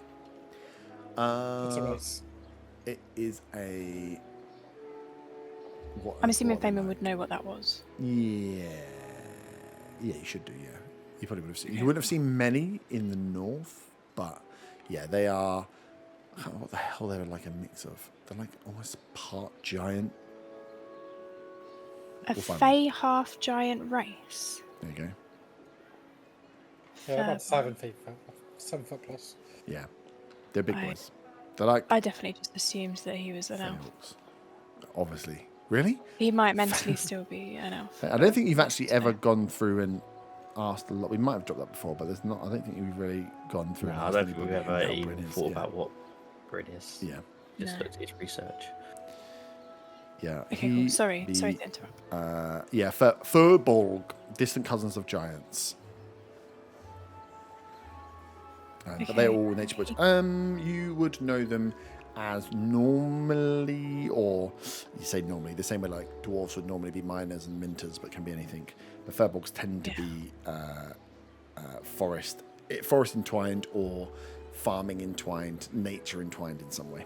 But they're usually big, like BFG type characters Cute. versus an orc, which is Okay. a bit more aggressive. Interesting. And you say she came after the half orc, and she was asking about the other druid. Yeah, she was asking. She was asking about where he'd been and what we'd told him and where we'd point him to, and yeah, that was it really. She said she'd been north and been travelling down, just retracing his steps to find out what had happened because he hadn't been seen in a while, and wanted to know if we'd seen him, but we haven't seen him for a while. I think the last person that saw him was Kaelin, who took him out to some ruins that he was looking after or looking out for. Right. And do you mind sharing the information that you did pass on to the half orc, the same information you gave to Bryn, if he was looking for those relics? What I've just told you there, yeah, that he was looking for these ruins. He was asking about who we followed as our like spiritual following, our gods that we followed, and we explained that we do things a little bit differently here in Amberstead, and that Granite Elm here is our kind of spiritual leader, and we don't really follow the Nine. We pray more to the spirits of the forest, and the forest keeps us alive. So that's our religious tendencies. But yeah, he was looking out for any other buildings that are around here, and Kaelin said that he knew of some ruins out in the forest from the settlement that came before, or something else used to be here. So sent him out to look at those ruins to see if they helped him with what he was looking for. But that was the second time. The first time he was just surveying the forest. He'd been down and was looking for different plant life. Spent some time with Grandma here, going through things that were growing and the health of the forest in this part. So yeah. Was he and then looking at after that, anything in particular, Grandma, when he was looking at plants with you she's that you like, can remember? no, we were just talking through the different remedies that we have here that are different to the city folk. We have to experiment a little bit more. We don't have all the goodies that you guys can source from the trade. So no, mainly just herbal remedies. And he was a very, very kind fellow. Asked lots of good questions, took lots of notes. So yeah, he stayed in the lodge for a few days and then would head back. But I think he was surveying all over the forest from what we could work out.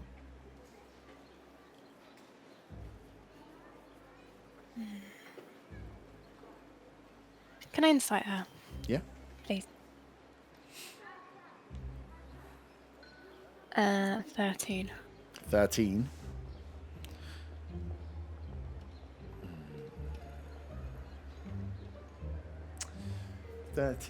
You don't get the feeling that she is lying. They went through there, but there's a little pin in your mind that just says like you're not getting everything. She's holding back on something. Yeah, but it doesn't feel like she speaks pretty plainly about Bryn. and what he was here doing, and you don't think that like saying he was a nice fellow and stuff is a lie. Something underneath, there's like a and that's missing somewhere. And then, in terms of the half-orc, Mm-hmm. I'm assuming that she introduced herself. Yes. Well, she said she was from the Druids again, and she was dressed like a Druid, I suppose. Like I say, we don't ask too many questions. We don't get too many visitors, but she was very keen to see if we'd seen this Bryn and seen what he was doing and what he was asking for. So again, Callan took her over to the ruins to show what he had showed Bryn the time when he was here, and then I think she didn't come back from there. She just stayed out there. So I'm assuming she found what she wanted or carried on deeper into the forest. Can I insight check her again, please? Yep. Fucking picking on old people, Jesus. Yeah, I know. That's a 22. Yeah, nothing seems Okay, off from there. interesting. And I'm assuming that she introduced herself by name. Yes, she said her name was Andriel, I believe, of the Okay, Druid great. sect of the Earth, and we're not like we're checking IDs out here. No, of course. There's just so many strange happenings. I wanted to make sure it was the correct half-orc, and there's not others dotting around the forest looking for Bryn. You just never know these days.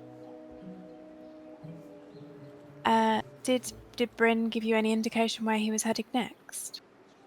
Ronan steps. He's like, no, not really. He was on a pursuit for whatever these ruins were, for links to something. He didn't really share too much, but again, we didn't really ask too many questions. He always paid his way, always brought us provisions, always was pretty friendly. He was keen to get moving quickly when he found out that there were some ruins and wanted Callan to take him out there that second time. But even when he had found that, he came back and travelled off again. But we didn't see him again after that. Whether he got what he wanted from there, I'll never know. We didn't really pry.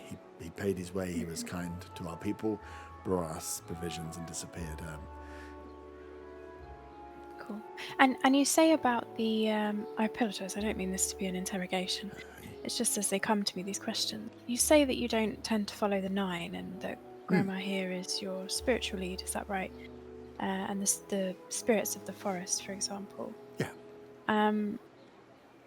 The ruins that are nearby, do you know much about them in terms of origin? Are they something that you use, for example, in your... No? No, he's like, no, they're too far out to be useful for us. The wood and anything that's part of them is not salvageable or useful in any way. They're lost to time, those. And Grana says, no, they were from the time before the forest came in, I think. Long before my time. I'm old, but I'm not that old. But yes, we know that there were settlements dotted all over the forest. There are ruins dotted all over, but nothing that was ever part of Amberstead in recent years, at least, or recent centuries, at least. And then I think about maybe two more questions from me. Although you're not sure where he was heading, which direction did he travel? Do you know, or is that something we'd have to ask Halen? He went back the way. Oh, it would probably be him actually. Yeah, he went back the way he came. Kaelan showed him the ruins. Whatever them two did out there, they did out there. And when he came back, he stayed another night, wrote more notes, and away he went. There wasn't, back up along the coast, I believe it was, and somewhere else. But again, we don't really pay much more attention to that. He seemed to be heading back north. Whether that was the end of his report, who knows? And apologies, you said Andrea when Kaelan took her to the ruins, she then didn't come back, so she was there. Okay, cool. Yeah, she didn't come back to camp that night. She went on somewhere else, but she was in a rush, clearly. Sense. And then you made a comment yesterday when we first arrived. I apologise for the abrupt nature of our arrival, but you made a comment about the plants changing. The things had taken a downturn, Roland, I think you said, after they'd left. What changes to the local area or the plant and when they left, or what was that downturn? Well, we just haven't been able to grow any food. People are sick, as you've seen. Yeah. It seemed to be not long after they left that things started to go wrong for us, but I didn't see him spreading around any evil seeds to turn these things. It's just after their arrival, and we started to struggle. Callan knows that we couldn't find beasts for a bit, and then those of the meat we found was not, well, we don't think too suitable for eatings. And then it wasn't long after that the crops started to fail, and then the food started to dry up. And ever since then we've been really struggling until your arrival yesterday. Mm-hmm. And any exponential growth of plants, or would I have noticed the moss, or would I need to do a perception to see that? Like all the moss over the lodge. Yeah, you'd have seen it. Yeah. Yeah. Okay, so Faywin thinking back to when we went to the dog town and there was all that moss that attacked us and charmed us and stuff. That's what I'm referring to in that question. So any exponential growth of plants, things like moss or strange plants you may not have seen before. He kind of looks. He's like, "Oh, you've been speaking to Caelan." No, nothing in town, but he is adamant that he's seen plants alive and moving around, but nothing that we've seen in the town. Okay, that's interesting. And no things like fey plants, flowers or anything. I'm not sure if you guys go out gathering maybe close to the forest or if you just grow your food, but anything like that at all. Granaelm says, "Dearest, there's fey influence all over this forest. Of course there's fey plants." But any that perhaps you wouldn't expect to see in this area? Nothing I would say is strange, but the fey is always a little bit strange, but no. True. Do you know much of it, Grana? She's like, of the Feywild? Oh, the forests speak to us in many ways. There's bits of fey everywhere. We all enjoy it here in the forest. It's a lovely place to stay when the food is growing. Of course. How do you tune to your spirits of the forest, if you don't mind me asking? She's like, I'm so used to the Nine Sisters. I'm from the city, so it's always interesting for me to see how others are in tune with nature. She's like, the spirits talk to me in different ways, and we have our reflection time, our shrine out by the pond, which lets us know when things are changing in the forest, gives us a little forewarning. The spirits give and take, but they let us know and are fair.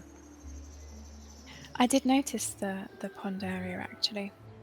I heard you called it a puddle. I would never. Yes, I did notice that. Very, the water was almost mirror-like. It's incredibly peaceful over there. If you need a moment to breathe, relax, take in and release the stresses, it's a wonderful place to spend some time. When you say the pond, the spirits give warnings through the shrine and the pond,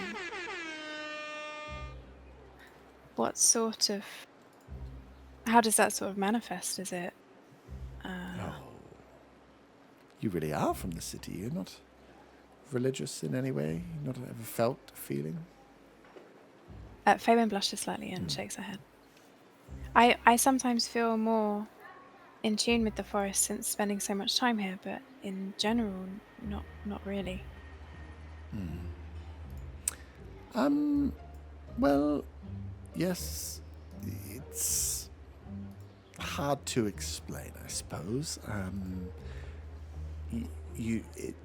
It's about spending time with yourself and trying to be in tune with things. Not everything is something to be discovered or written down or understood as a logical set of steps. Some things just have to be believed. Similar to the Fae, it seems. Well, the Fae is a real thing, and that doesn't have to be believed. We can see the influences of the Fae. But the spirits, if you want to contact the spirits, you need to be open to the spirits. How do you open? This is just purely from my curiosity, let's say. Mm-hmm. But how does one open? Is that through reflection too? Yes. Just take time. Stop writing things down. Spend some time being in the world, enjoying what is around you, feeling what is around you. Not everything is something to be studied. Like these druids. Too many things written down, too many things trying to understand, not enough just belief and feeling. You're very wise. No, I'm just very... Old. I take things very easy. You say old? Out of character. Fuck you.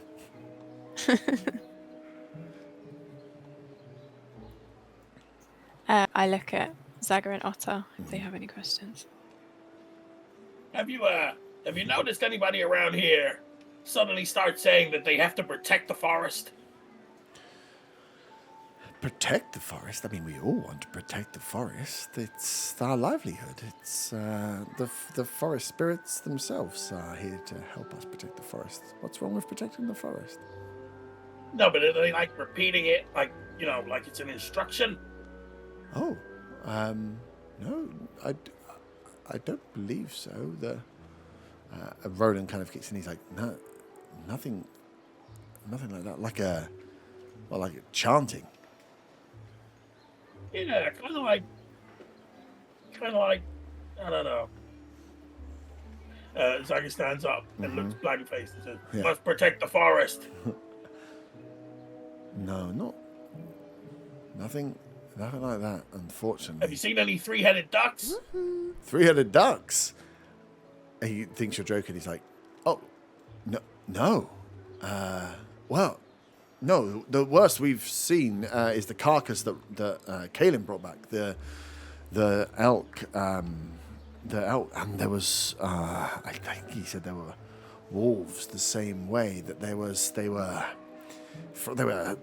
fevered. They were rabid. They had something. There was something definitely going on with the animals there, but no three-headed ducks. Unfortunately, not. That would have been quite the sight. But no, the animals around here have been strange. We've stopped eating anything that we could kill, that could catch, but they were extra aggressive. There were a couple of close calls. Probably for the best that you stopped eating them. Oh, Were everybody's. those been getting sick. carcasses here when Kaelin took Bryn and Andriel, or is that just completely separate in terms of No, timeline? this was when he's like, no, when Bryn came through. No, when Andriel came through. Yes, I suppose we had started to see some of the impact of whatever was going on here. There was I think they had a pretty close encounter with a couple of owlbears out when they were going towards the ruins, which are pretty ferocious creatures anyway, so that's not too dissimilar. But yeah, we were starting to see some signs. I can't remember if exactly that was when we had stopped killing or eating the meat that we'd seen, but it wasn't long around that time. What about giants? Have you seen any giants? Give me insight checks. Can we all? I'm You terrible can at that. all give me insight checks. Oh, piss. 10. Nat 1, baby, plus 1. Oh, 2. Zaga. Otter, I bet you're 12. paying attention. 12. Oh no. They pause for a second, and then Rowan says, "Giants? What do you mean giants?" Mean really big people. No, no giants around here. They win. Well, I... Faerun ponders. Stop pondering. Get to the point. I feel like perhaps there are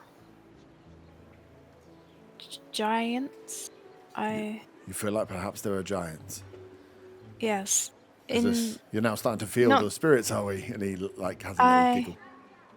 Yes, and they're very large, as I sarcastically look at him. Well, I've heard giants are large. We haven't seen giants.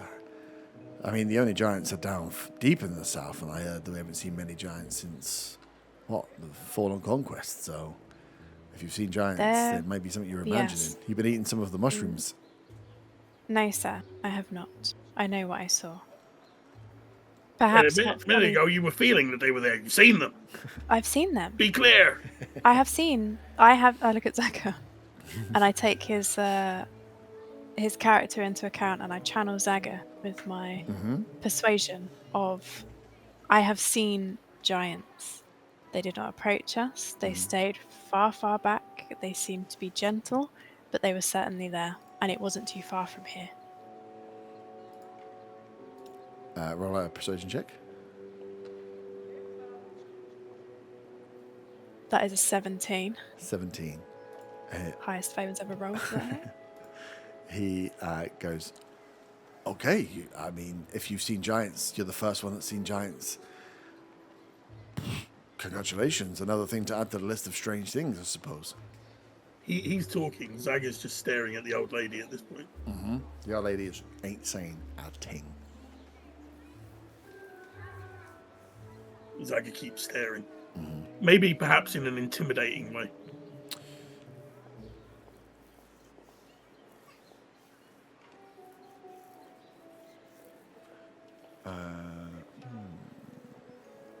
Like staring a hole through her. Yeah. You're like not moving from it. I see you talk. Give me the intimidation check. It's not gonna. I get advantage on intimidation checks. Yeah.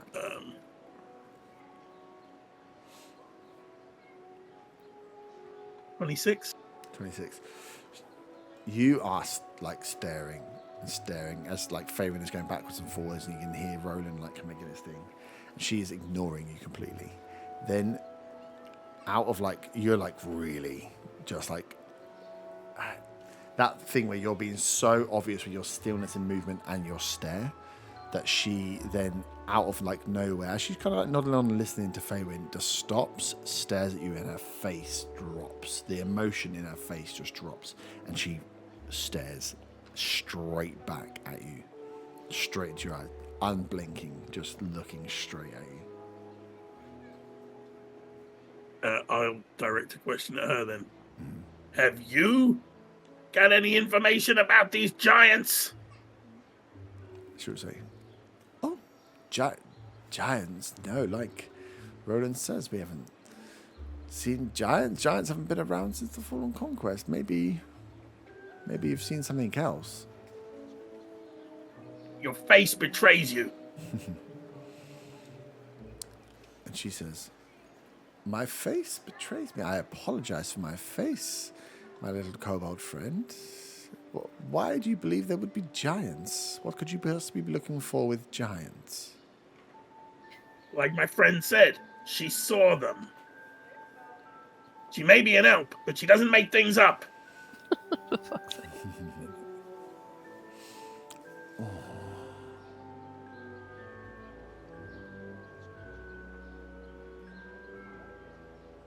Okay. Well, then giants you saw, but I don't know if we've ever seen. Maybe they're part of this plant. Maybe they were just large plants that were moving that looked like giants in there. No, they were not plants. Zaga will stand up at this point and say, "Let's go get the others. Tell Bonbon to stop giving them food, and tell Arda to stop treating the sick." Stop treating the sick. Roland kind of looks a little bit like confused, and Papadon looks at her as like she's still smiling. As she says, "I mean, if you've seen giants, I don't see how we can help in any way. But you know, if you need to leave, then you need to leave."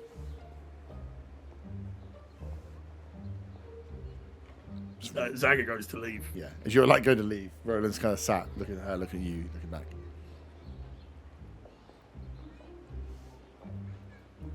Feynman sort of stutters a little. Well, thank you. I'm sure once I relay the information to the rest of the group, we may have more questions of their travels, but we appreciate your help. Zaga's trying to intimidate and Fabian's trying to be nice. Well, no, anything Faywin's we can kind of do- like saying yeah. this as she's backing off because she's following Zaga because she's a bit scared of Zaga. But she'd never let him know. Yeah, cool. So yeah, she just says, anything we can do to help, please let us know. Like I say, that's hopefully you find what it is you're looking for.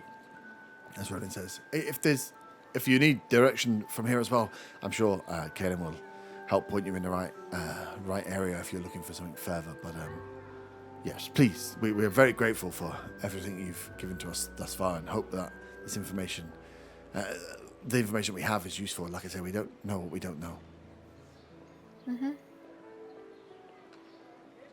Phonies.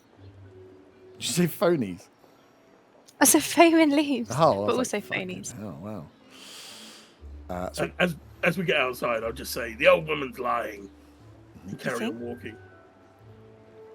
What makes you think that? I saw it in her eyes. About Bryn or Andrea? No, the or- giants. I You don't think know they knew why. you were there? It's weird. Uh-huh. I don't like weird. Especially in this forest where things keep trying to kill us. Very true. Why would they be hiding the fact that they were not dragons, giants? Where's Otter? Did he come with us? Yeah.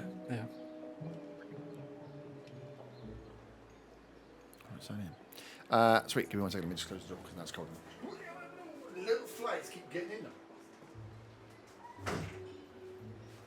Bastard flies flying on me bloody glasses when I'm trying to talk like an old lady.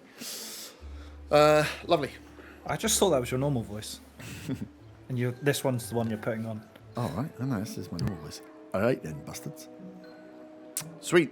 So, you leave. He Grandad just sits there and kind of like, watches you leave, gives you a smile as you'll get up and walk out, and Roland kind of shuffles in behind just to check that you're all sorted. Looks like we need to speak to that Kaelin. Yes. He said he wanted to come with us into the forest and show us to these ruins that Bryn went to. But he seemed to indicate that all this happened after Bryn passed through. But also that he took Bryn to the place. Weird shit started happening. He took Andrea out of the place. She then didn't go the same way as Bryn. I don't know, there's something a little I'm a bit uncomfortable with this kid. He's a teen. Is he the teenager or is he not a kid? No, he's Kaelin. No, he's the old Scout. farmer. Okay, fine. I won't call him a kid then. There's something I don't know. Something doesn't feel right with him. Something doesn't feel right with this whole damn place. Very true. I think you did great in there, Zaga. Yes, good job. Of course I did. What are you trying to say? Just paying you a compliment, that's all. Zaga keeps walking towards where his Pegasus is. Insight check him. Yeah. Sweet. So, what was your plan? So you've asked them some information. You've left off. You want to find the hunter? Oh, Zaga's plan was just to leave the village. Leave the village. But you still got to leave to go somewhere. So you can leave, but you've got to pick a direction and walk.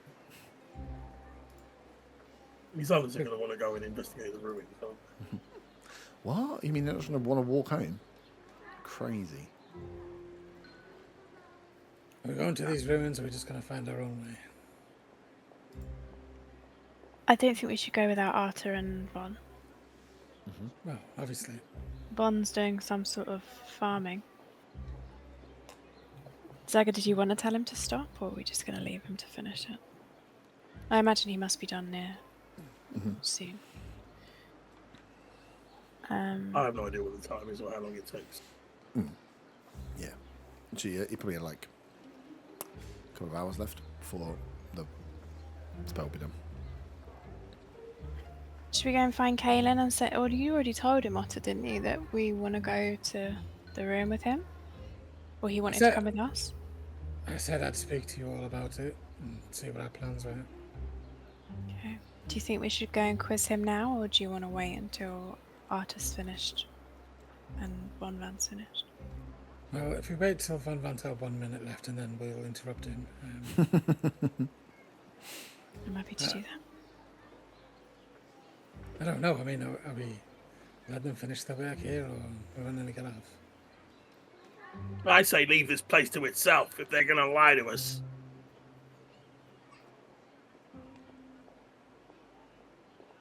Can Von Van be spoken to while he's doing his Yeah. green fingers thing? Yeah. Yeah, I wouldn't say he Let's has go and to. ask 8 him. hours is a long time to just be doing one spell without doing anything else. Probably have to pee at some point. Yeah, also true. Should we go and speak to Von Van then? That must be Von Van meditating. I can hear him from here. Hello there. Hello, Von Van. Do your voices for you. I mean, it is verbal and somatic, isn't it? So Yeah, there would be some chanting involved. As Did you cast thaumaturgy first as well? if I stop chanting, does that break it? No. For the sake of them trying to break something you've been working on for 6 hours, no. I think having. Well, I think that's exactly what they're trying to do. Yeah, That's yeah, the thing. yeah. So No, we're just telling you so that we know whether to go to Kaelin or not. fun. 2 hours. No one wants to live for Just prodding him at the same time. Just trying to hold his hand so he comes up. No, I think you'll be fine. I think an 8-hour spell. Yeah, if it was to be interrupted by like a fight or something serious happened, you had to move away from the location. Then fair enough. If you're just like, oh shit, I sneezed, I've got to start again for 8 hours. That feels pretty fucked up. I will tell them to come back to me in a bit and go and speak to Hayden or Arthur. Well, while you're doing that, what do you feel about going in with Kaelin to the ruins? How much have they told me everything? I'll have relayed everything. Yeah. If that's where Andrea went, then, and that's the last place she was known, then I guess we go there. Okay. Whether it's with him or without him, I don't know. You may prove useful. Let's quiz him before we go. He certainly anyway. seemed to think that we wouldn't be able to find it without him, so... We'll quiz him a little, I think. And then we'll go with him. Yeah, To the temple. you'd have to find to the temple. You'd have to find a way of it'd be like, yeah, we can go and find. I those mean, you're ruins not in the middle gonna of the woods. you're not gonna be able to miss the temple. Let's be real. No, you're here. Yeah, It's a your giant medical temple. tent. The old temple was fine. Ruins out in the forest may be a little bit more difficult. How long does it last for, the temple? 24 hours, right? Yeah, it's 24 hours. And then if I do it continuously for a year, then it becomes permanent. I will. Well, you have to And it build can for be a year, or you have to do it every day for a year. I have to do it every day for a year. And it can be, as I said, it could be 120 foot by 120 feet. So, like, I've got plans for the garden of my 3-story end terrace with a small allotment. I was going to say, if you have to build it for you, that's some commitment. And a castle of a temple.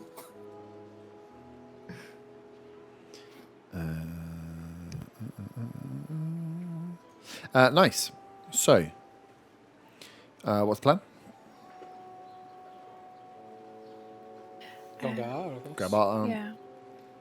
Are you? So yeah. I assume someone's going to tell me that Yeah. we're abandoning the town for giant reasons. For giant reasons. We'll let Zagra explain that.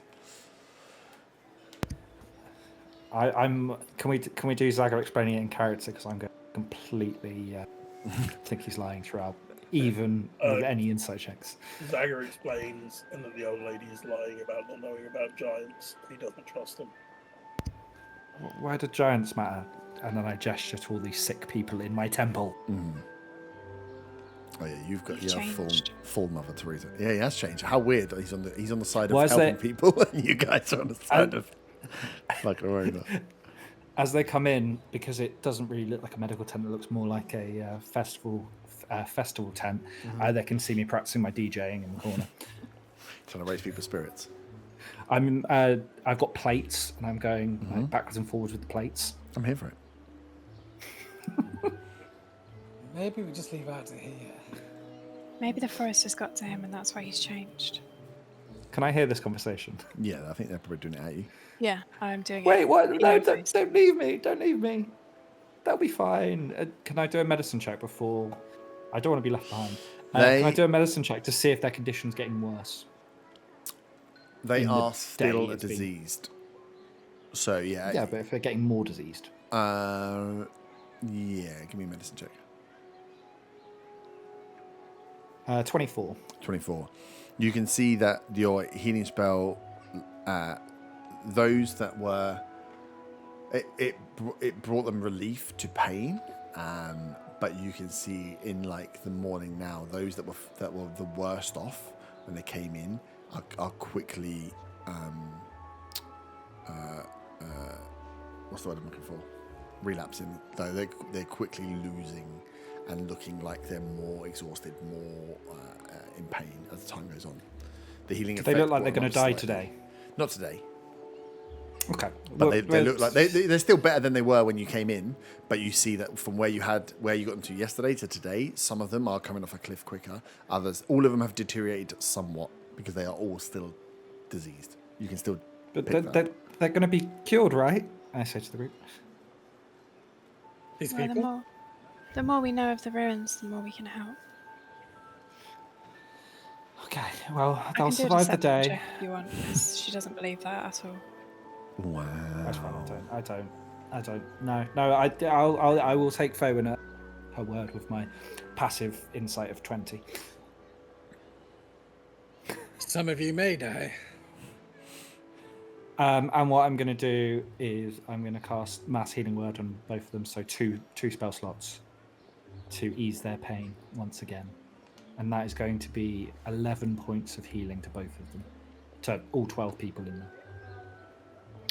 Because we're probably not going to need spell slots going to a ruin and there's talk of giants. It just wouldn't be thing. And maybe if one of us had a giant slaying sword. Why would that be so crazy? I mean, that was about 2 years ago. I go for the long con. I'm in here for the long haul. Sweet. So your plan is cool. So what's your plan for me then? So you've got Arta. Are you going to wander off and try and find these ruins for which you have no fucking idea where they are, or are you going to? I want to, before we leave, I want to talk to Roland and just say, Yeah. we're looking for the cause. I'll leave them in your care. If it gets to, I kind of guess when I kind of completed the spell. Move them out. Get them inside. Yeah. And can I do like a perception check to see if it's going to rain? Yeah. You're the weatherman after 9. all. 9. No, it looks fairly clear. It looks like a nice springish day. And I tell him if we're not back by sundown, get them to the inn because I think rain is on the way. Okay. He's like, thank you. I really appreciate everything you've done for everybody. Yeah. I guess I'll go and find Kaelin and take him up on his offer of guiding us to the ruins. So, if we can quiz Kaelin a little bit and not leave without Ron, so like make an arrangement with him to go to the ruins, but with Ron there as well. If that's okay with everybody. Yeah. We'll just stand around Von and just, tap our wrists Yeah. till he's done. Hold on. Yeah, cool. So you can go and make your way down to the lodge where you will find Kaelin pulling together provisions, his pack, arrows, getting sharpened, fletching out some new ones, making sure everything's set. As you go into the lodge on the table, he's got his full packs out as he's building up to go on an expedition, hoping that after the conversations yesterday that he'll be heading out back into the forest. Ah, good. You're ready. I was born ready. It's like, so you've spoken to him. We're heading out. Yes, we're gonna, with your help, find these ruins. Help to find the ruins. I'll take you straight to the ruins. Don't you worry about that. Telepathically to Otter, Mhm. can I ask him about Andriel? This half-orc you guided to the ruins. Mm. How long ago was that exactly? That was exactly when it was supposed to be. A few weeks ago. It's our understanding that you took her to the ruins and then she didn't return to the town. Did she say where she was heading? No, I mean, it's not like there's hotels or places around here. She went to the ruins. She went inside the ruin and just never came back out. I just never saw her again. I hung back from them. I warned her about the plants that were growing around there, but she threw caution to the wind, went hunting around and trying to find stuff, and that was it. She was gone. Once the sun starts coming down, I can't hang around waiting for people, and that was it. Didn't see her again, didn't come back. I went back there the day after, and no sign whatsoever. Are there any other settlements in the direction she's headed? Do you know? Well, it depends which way she came out and went. We're going deeper into the forest. Are there any more settlements further in? There may be the odd ones in a long time until you bump into an elven camp. Would have been days. Can I of insight travel. him on the he left her to go in and that bit, It's too late now, sorry. please? Yeah, you can. What? You waited ages. What are you going to do? Can I insight him on that thing you said last Yes, week? I didn't want to interrupt Otter. It was 15. 15. Seemed legit. So she never came out, No. you'd say? I told her that these are the ruins. This is where I took what's his face, the druid to, the other one, and yeah, he went in, spent some time and came out. She went in and just never came back. And then light started to come down. Those plants started moving and wriggling around, and God knows what was going on. And I can't risk myself. I told her that we'd have to leave at a certain time, and she just didn't appear. But I went back the next day. It was first light. I went back to try and get her, to try and find her. The Roland and Granite told me to get out there, and there was just no sign of her whatsoever. She either left in the night and disappeared off into the forest, or God knows what happened to her. She was headstrong, that one. Mm-hmm. Have you lived here long, Kaelin? Oh yeah, near my whole life. And the ruins, before all of this drama with the forest and these plants that you say are moving and bulging, Uh-huh. did you ever go into the ruins yourself? Oh no, we've checked them. What's the bloody word for generations ago they were checked. There's no usable material there. There's nothing for us to take from them. They're lost to the forest as they were, rotten wood. They're no use to us. They're too far out from where we are. So we know they're there. I know they're there. I see them regularly. Half the people in the town barely know they exist. We do. Remnants of a past. I How suppose. big are they? How big is the ruins? Well, from what's left of it, it looked like it was probably a fair-sized building, 30 or 40 foot by maybe a bit more, just from the groundwork that's there. But there's only part of the building that's left. Okay. You seem to go to the ruins quite often. Is that just because people keep coming and asking you to take them, or Who is told it you I a- go to the a good ruins area? often? Well, no, I just mean you said that you've been there a few times, and Yeah. you've taken Bryn and Andriel, I and go across the whole forest a few times. When people want to go and find ruins, I'll take them to ruins, but I don't go there regularly and stare at them. There's nothing to find there for me. It's I walk the wild paths, north, south, east, and west, on the hunt for whatever we can find to keep food on the table. Well, we better not wait round too much. we need to wait for Von Van. No, let's go get him. Tell us about the giants. You just shout that out at him. Yeah. Roll an insight check. Can we all? Insight, As we're again. standing I there? thought you were going to say initiative. I was like, oh god. Whoa! A massive 14 for Zaga. I got less, so pointless. I got a nat 20 plus 10. That's 30. Ooh. Oh my goodness. You needed Arthur there the whole time. Oh. With his plus 10.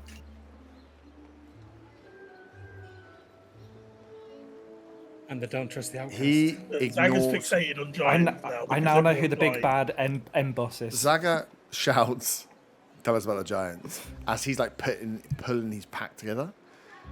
You, Arta, your placement in the room, you notice him pause, and then shoot a look, then kind of see that, like to not shoot a look that is obvious, like kind of like peripheral edge of the eyes, thing, and see that it's just Zaga shouting it. The rest of you kind of look calm, or like it's not like you're all like, yeah, tell us about the dragons. It's just like he just randomly shouted it. He spots that it probably is going to go without a miss, and then throws his bag on and turns around. But only you pick that up. That he pauses, like he's moving his packing stuff up as he's talking to you.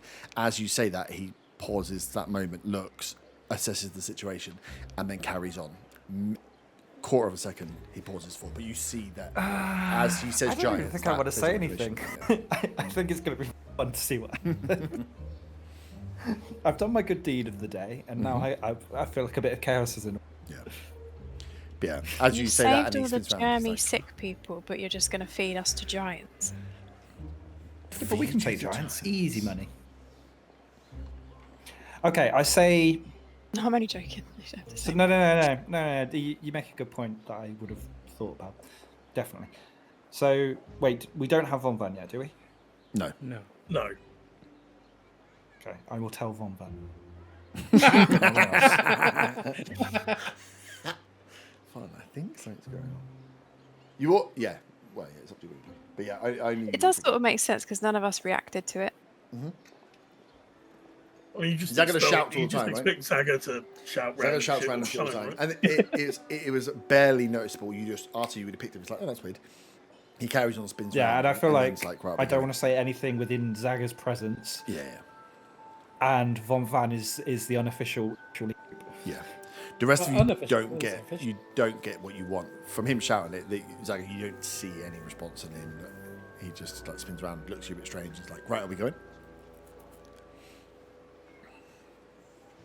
We need Yes. to get one banned, I'm afraid, Kaylin. You'll have to wait. Right. Well, I'll get all the stuff together. I'll let Roland and Grana know where we're going, where we're heading out, which is very normal, just to make sure that I'm taking you away. I'll tell them the routes we're going on, when we should be back. So in case anything goes wrong, which it surely won't, we safety first here in Amberstead. Meet me out the north, out the back of the farm. We'll head out from there. And he grabs his pack, heads out. I think I want to do something. Mm-hmm. I'm just reading a spell description.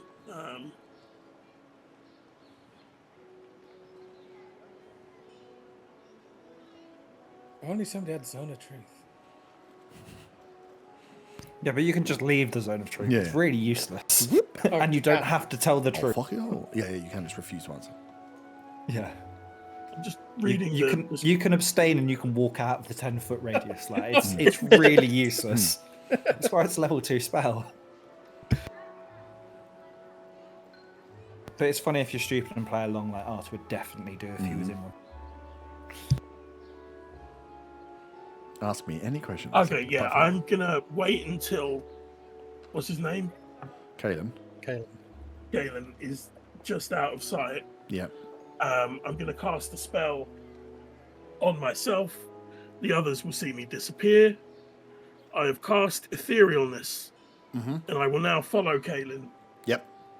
because I can see him from my place on the ethereal plane, and I can hear the plane that I've originated from. So I will follow him and spy on his meeting with the others. Because I don't trust him about giants. I don't trust anyone about giants. Is Zaga telling us that he's going to do this or just... No, you No, of just course see he's him not. Of course he's disappear. not. Yeah. I'll just say, Saga's done this thing again. There we go. Let's go and get Yeah. Von. This spell lasts for like 8 hours. So, We should put a little bell on him. funnily enough, if Bonbon was here, he'd see me because he Yeah, can 'cause he's a see true sign. the other plane. Oh, that's helpful. Zaga, if you can still hear us, you know where we're meeting up. And Zaga, if you sweet. can't hear us, you smell funny. Such a number. Let me read a thing.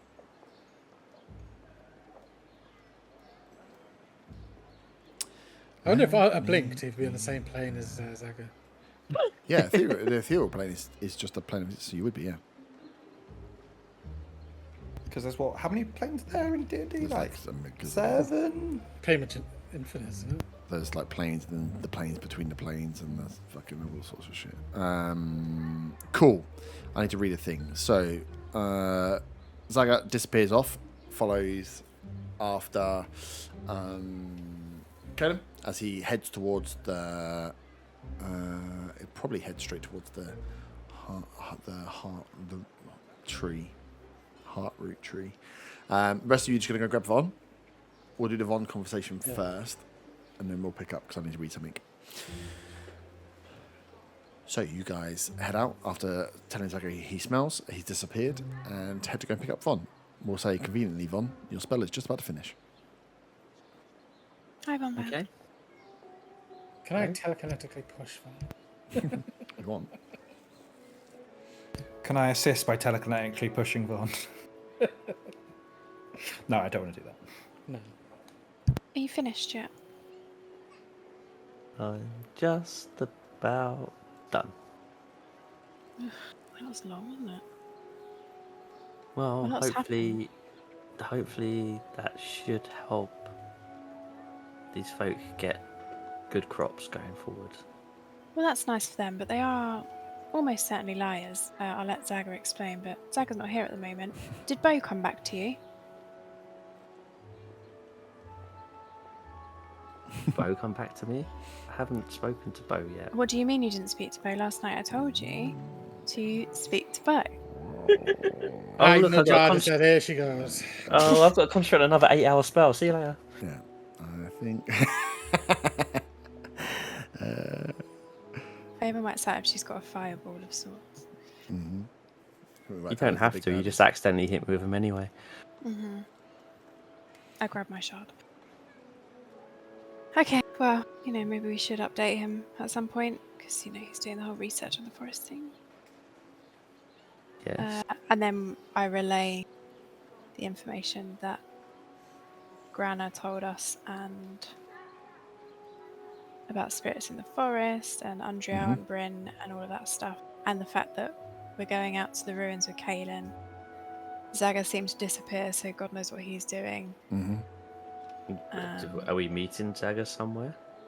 If he heard us, yes. If he didn't, then no. He knows what the plan was, though, so he'll know that we're planning to go to the ruin with Kaelin. He asked him about giants. We asked Grana and Roland. They said they didn't know anything, but Zaga's convinced that the older lady was lying.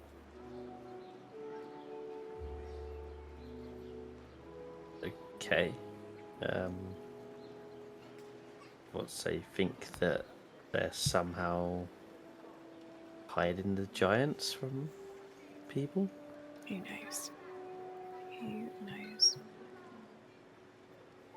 I didn't pick anything up when they spoke to us, but Zaga really was convinced. He had a staring contest with her, and I think he might have won. Okay.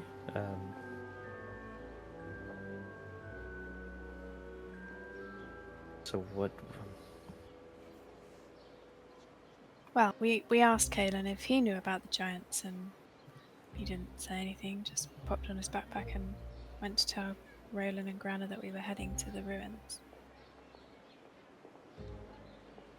So he didn't have a clue at all. Fabian Okay. shakes her head. Is Arta here? Arteries here, yes. He's ignoring the shit out of you. What was the question? I'm trying to think. Fun Van about Kaelin not responding to the giant's question.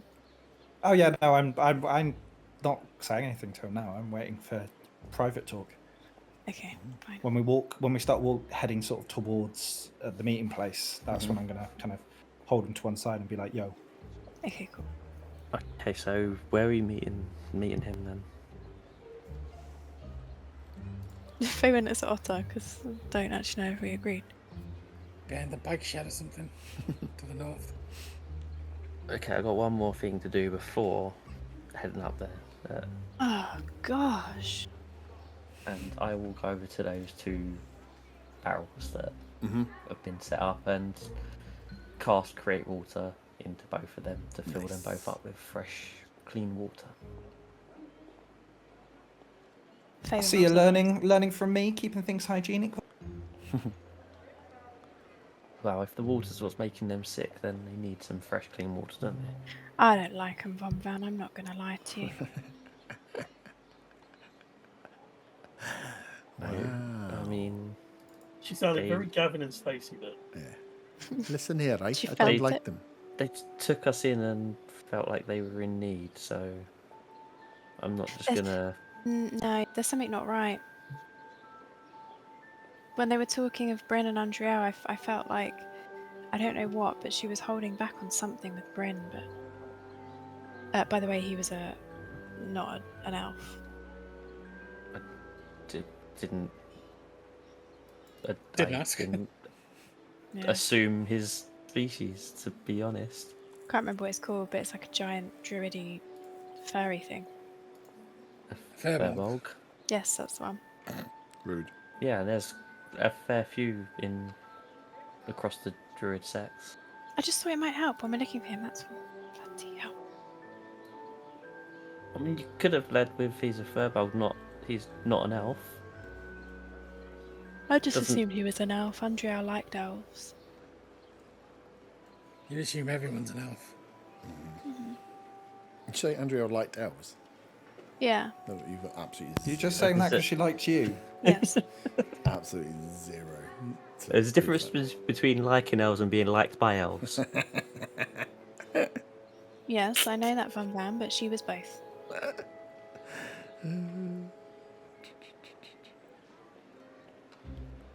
Okay, should we go? Yes, Cool. guess so. Nice. So, you are.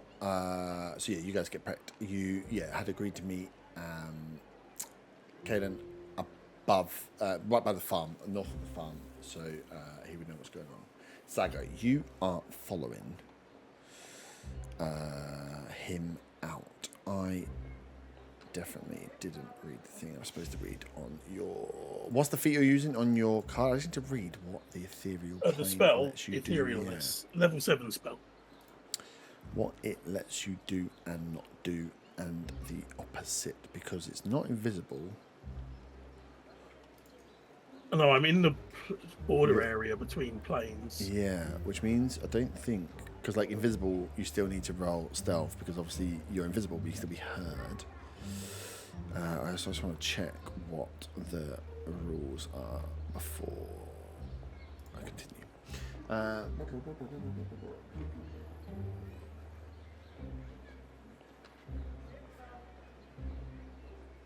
See and hear the plane moving from everything. That's great. Can't see the fur.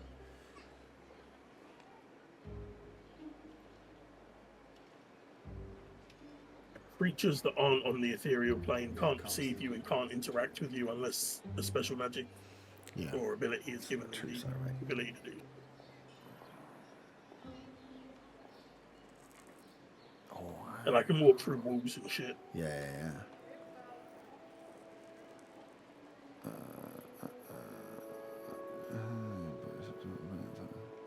Yeah, cool.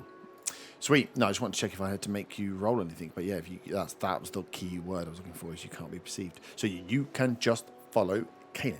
You don't need to worry about doors and shit. 7th level spells, baby. He goes first to the apothecary. to speak to Grana Elm, who has made her way back. She is working on any of the potions and the stuff, pulling together with Mira the stuff that Von wanted. And on Kaelin arriving, she dismisses Mira from the room, leaving just those two inside. He tells her that he's going to take you guys over to the ruins, the same ones he took you, the same ones he took Bryn to, the Druid. You seem interested in it. And she says yes. She tells him to make sure you go the northern way round. Don't take them further east. And then he says they asked about giants. And she says, I know, watch the kobold. He thinks he knows more than he does. Just make sure they don't go too far east and we should be fine. He then nods, says he'll be back by the end of the day. They won't stay out overnight. And then he heads and leaves from there. And you follow him as he walks around and walks up to speak to Roland and has a very similar conversation. Tells him where you're going, where you're going to come back to, what time he is there. Doesn't mention anything about the giants with Roland, though. And then heads around outside the farm, heads north. And as you're watching to see what he's doing, you realise most of your party turn up. This was the meeting point. I will stay invisible for the moment. I assume Bonbon can now see me. Well, I don't know, because I can. It says I can see into the ethereal plane. Yep. But I'm assuming I have to be actively wanting to look into the ethereal plane. Otherwise, I'll be seeing both planes at the same time, and it just really fucked up. That would be wild. So if I don't know that he's in the ethereal plane, I don't know to look in the ethereal plane. Yeah, but then I wonder if you... Because then if any other creature is in that spot in the ethereal plane, I'd see them at all times. Yeah, right? but I think so. I just have an image of this creature in my head, like in my vision at all times when they're not even there. Yeah, if there was anything there. Yeah, True Sight's a real fuck one. But it must work like that, because otherwise there's a real like gotcha moment where it's like, there was something in the ethereal plane that you didn't see. It's like, yeah, but what's the point of True Sight if it doesn't give me the ability to see everything? So I think you probably would spot him, even if it was like faint and ghostly. It would be like, you remember like No Man's Sky the first time around when multiplayer was like you were like an orb? Even if it was like there's a light and then the light makes you have to focus, and the focus sends your mind through into the True Sight and lets you perceive what's there, so you wouldn't pick up anything. And also in the ethereal plane, I don't think things necessarily would float around all the time. But yeah, if you don't do it that way, then it gives me the ability to fuck you over with stuff in the ethereal plane. It makes True Sight less. No, so that's just another thing to remember now, that I can just see into the ethereal plane at all times. I mean, there's so many things. I'm like, if Von's closed, Von sees most things. Yeah. Okay. Yeah. So you'll be able to see Otto when he blinks out. So obviously, but it does look different. Mm-hmm. I guess there'll be something you can tell a difference. I would say invisible, I imagine it's just like different fields. Invisible, you can see them, but they're kind of like grayed out. It's a bit like dark vision. I would say ethereal. Yes, they're way more like cloudy. Like, so you can see he's there and see him moving, but it is like he's made of fog almost in your vision. So yeah, because obviously I'm used to seeing him invisible. Yeah. You can always differentiate between people that are invisible or in the ethereal plane or in real life. You don't ever get confused and be like, oh fuck, I thought you were here. But yeah, okay, cool. Yeah, for the sake so I'll just stare directly at Zaga. Yep. No, expecting him to be invisible, but noticing that he is different than what he usually is when he does this. Mm-hmm. Is my Pegasus with the group, or did I leave it somewhere else? You would have left it, I think, in the end at the lodge. You can have it follow. No, I will disappear off, still invisible, back to the lodge. Yeah. End the spell when I get there, and then ride my Pegasus up to the group. Okay. Yeah, cool. So during this kind of walk, I do want to let Von Van know I'll be like, can you talk him ahead? You can do that, right, Von Van? Yes, as I'd say in his head. Can I talk? Can I talk back? I try saying him ahead. I don't say anything. I'm just going to assume yes, because now you're stuck with my thoughts. And then I'm just going to say, Zaga screamed about giants and Just a note that I actually can't hear you talking in my head. Like it's just a one-way thing for my. Okay, no, that's fine. That's fine. No, I'm gonna keep So you're going. just talking to yourself and no one's listening to you. And then Communication. and then I say I speak for like 3 minutes, just kind of rambling, but not really saying much. And I'm like, you got that? Well, you just say, yeah, you got that out loud. Yeah. Got what? You didn't say anything, Arthur. And then I go on and explain the slight reaction I saw to the mention of giants following Zaga's proclamation. Good word. Don't know if it changes anything. Probably explains there's some lack of trust from Feywood and Co. But I don't know. Do with the information what you will. So. And then I salute him. But like a full salute where I like put my feet together and back straight, full salute, and then I keep walking as though nothing's ever happened. I was being too serious. I need to get him silly again. Zaga will ride up on his Pegasus. Yeah. So yeah, as you're there, like Caden's looking around, he's like, where's the coat? And he sees you come in, he's like, okay. As Zaga lands down on the Pegasus.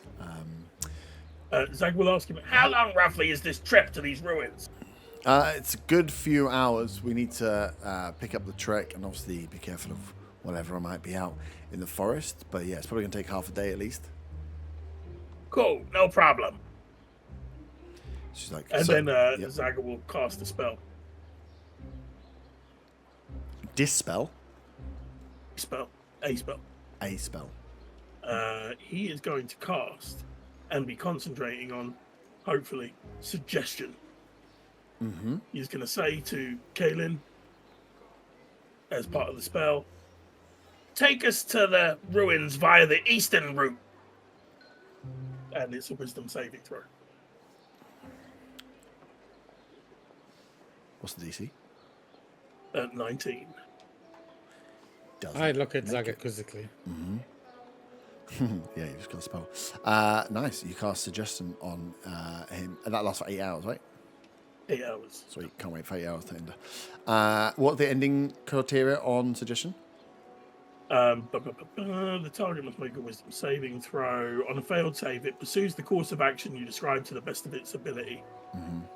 The suggested course of action can continue for the entire duration. If it can be completed in a shorter time, the spell ends when the subject finishes what it was asked to do. Okay, nice. Sweet. Yeah, you see Zaga cast a spell as Kaelin says, right, so we're going to head out. We'll pick up this wild trail here. We'll head out east and get you round to the ruins. He's like, be careful because we're not quite sure what's out there. Keep your eyes and wits about you. We'll be keeping quiet. He's like, if you can keep the Pegasus quiet, but we should be able to get there. Eastern route's a bit quicker than the northern, so we'll get there in about 6 hours. In about 4 hours, sorry. As he's like, right, let's go. Starts heading off into the woods. Would Same you like path me you to would have cast taken. Pass Without a Trace? I asked Kind Kaelin. of looks back. He's like, anything you can do to keep us quiet in the woods will be helpful. I'll do that then, considering we've got... Could you let me know when we're about 45 minutes away from the ruins? Yep. Just things. Yeah. Sweet. So, give me a group stealth check, please, with Pass Without Trace. That will be everybody. +10 for Pass Without Ooh. Trace. Oh, are we in Tall forests grass and- or areas yep. of tall grass? Indeed, forest. Straight roll, baby. And you said Oh, plus yeah. 10 for pass Plus again. 10. Pass that. Yeah. That is a 26 for Arta. Also 26. 29. Yeah, I'm not expecting this to fail. 35. 21. How long does Pass Without Trace 35. last for, though? An hour? It is 1 hour, yes. So it's still a 6-hour journey. Oh, 4-hour journey. Yeah. sorry. 4 hour journey. So yeah, it's whether you want to save that for once you get in, rather than Pass Without Trace right next Yeah. to the forest, which is pretty easy. That's So a we good can say you can idea, save it for a actually. bit. Do you want it to save it for the end when you're getting close, or somewhere in the middle? I think in the middle, and then I can cast it again because I'll have another spell slot. Do you want to cast it again? If I feel like we need to. But how are you going to feel like you need to? I need to know if you do or not. It doesn't work. You either have it for half of the journey, or you have it for the very end when you get close to where you're going to arrive. I'll do it twice, if I may. Okay. Yep. In the middle, then we'll clunk about for a bit, and then when we arrive, as we're arriving, I'll cast it again. So that's two level 2s done. We need to roll again. No, we'll use that. With plus 10, you guys, unless someone rolls on that one, but even that, you'll fly through it, I'm pretty sure. I just want to know, is more of the distance? How long of the journey is going to be covered or not? Can you all give me d6 rolls, please? 1s and 6s. That's what we're looking for. I suppose like half of 4. it then would be 1. covered and half of it would have 5. 5. When? 4, 5, 5, 4, 1. 1, and no 6s. Sweet. So you carry on out into the forest. You do the first hour, it's fine. And then, you quieten down with the pass without trace to move through silently. Third hour is a little bit more noisy. Can you give me perception checks for out in the forest, please, as you reach the third hour, the noisy hour, and the most eastern part of the journey? 21. Dirty 20. 17. 11. What am I rolling? Perception. Perception. The thing you're good at. I'm not that good at it. Anymore. 11. Cool. You with the 20s, 21s. You're still pretty quiet even without the pass without a trace, which is good. You pass through the forest. You hear the sound of some beasts moving about. I'd say with a 20 and 20. Von definitely would pick up. Otto maybe not so much if you haven't seen them before. But you would pick up the sound of an owlbear. At least one owlbear hunting in this area. I've seen an owlbear before one. Okay, I can't remember when we did owlbears. Yeah, I was with that. Oh, okay, good.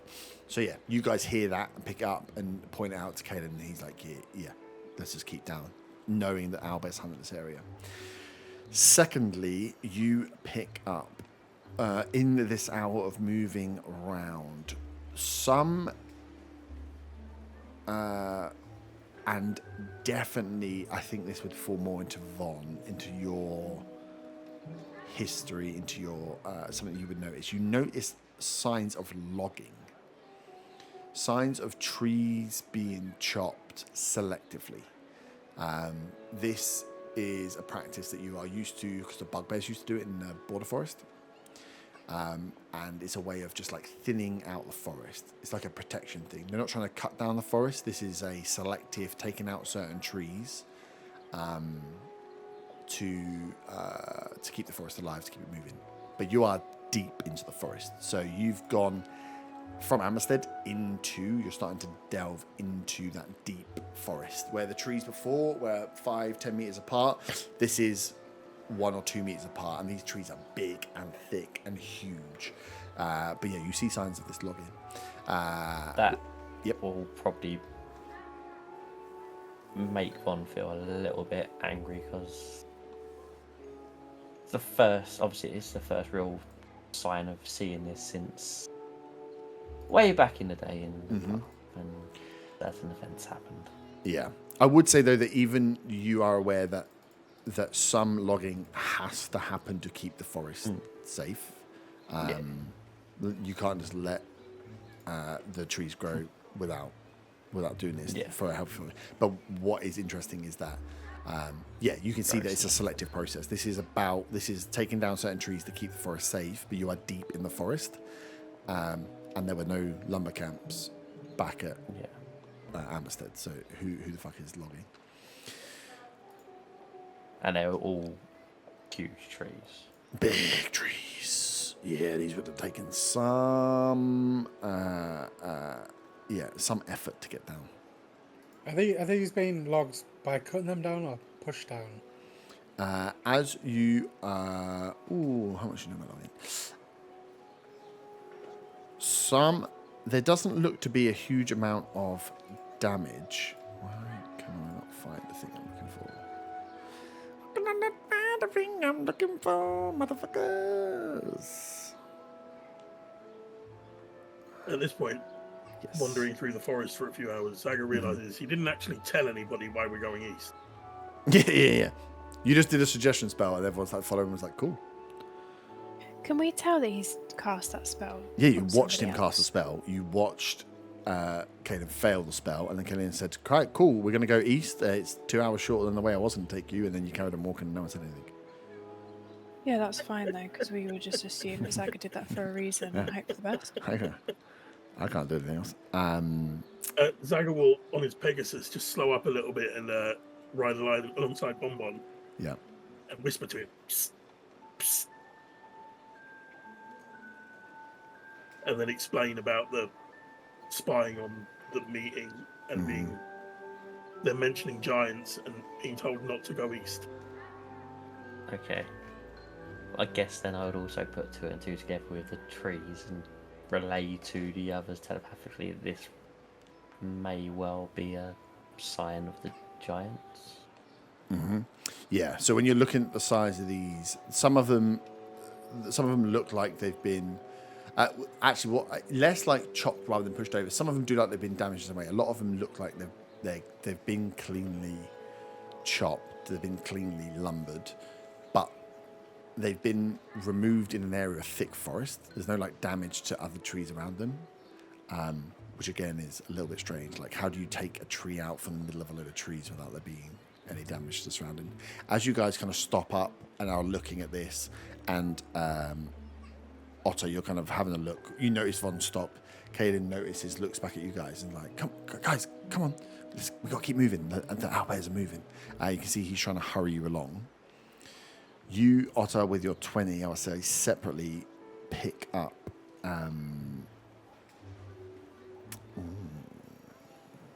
You pick up and see around some of these trees when you're like trying to work it out, and you're like, what the fuck, this is a bit odd.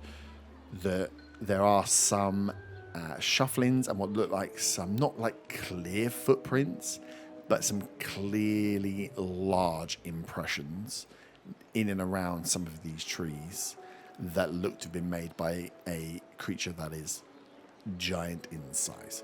The footprints of these indentations are like 4 or 5 times bigger than your foot. Like, Do they seem to have come from a particular direction? yeah. You just notice them, and as you're studying around these trees, you just notice them in and around the trees. Like someone was shuffling and moving some bits, but you can see the indentation. You're just like, fucking hell, that's a big fucking footprint. It's like something large and something heavy had to create that indentation, that depression in the ground. I will kind of fall back to the back of the group, and I will cast Arcane Eye. Yep. From, I think, on my amulet, I think it is. And I can move that as far away as I wish from the group. Mm-hmm. So I want to move that about 100 feet to the east of us and have it follow us and from the east, like parallel to where we're walking. Mm-hmm. Read the language of Arcane Eye. What it can see and what it can't see. You create an invisible magical eye with range that hovers in the air for the duration. You manually receive visual information from the eye, which has normal vision and dark vision out to 30 feet. The eye can look in every direction. As an action, you can move the eye up to 30 feet in any direction. There's no limit to how far away from you the eye can move, but can't enter another plane of existence. A solid barrier blocks the eye's movement, but the eye can pass through an opening as small as 1 inch in diameter. Okay. So you're just going to send the eye out how far? To the east of where you are? Initially 100 feet, Yep. and as we're walking along, I'll sort of You'll have to keep moving move it. parallel with it. Yeah. Cool. And And then it receives. It lasts for an hour and I'm concentrating. Okay. Oh yeah, so it'll only be for 1 hour anyway. Okay. What's your passive perception? My passive is 16. Sweet. Nice. So you send this eye out just deep into more forest. As it stops and you get the first bit of like information received, forest. But yeah, you can carry along, and anything that it spots, it will. Any more sort of log trees? Anything like that? Further, you probably a smattering. You'd have to keep looking for them though. If you're just like, if you're moving it and just looking around, yeah, because these, again, it was like a 20 and 21 that you spotted these. This is not like, oh look, this 10 trees are cleared here. It's like one here, one 20 meters that way, one 20 meters that way. They're like sparse. It wasn't it's not an obvious logging camp, so you'd have to keep searching for them as you were moving the eye, which you can do if you want, but yeah, it's not like you're looking for a logging camp per se. Nice. Cool. Yeah. So Kanan's like, guys, we need to keep moving. Like, stopping here is going to be dangerous. Zaga whispers to him, because of the giants? He goes, because of the owlbears. Oh, we can kill owlbears. Owlbears are fine. Well, if we don't have to, let's not. Let's keep moving. After about 10 minutes of walking, I'll have the eye move to about 60 feet in front of where we're travelling. Mm-hmm.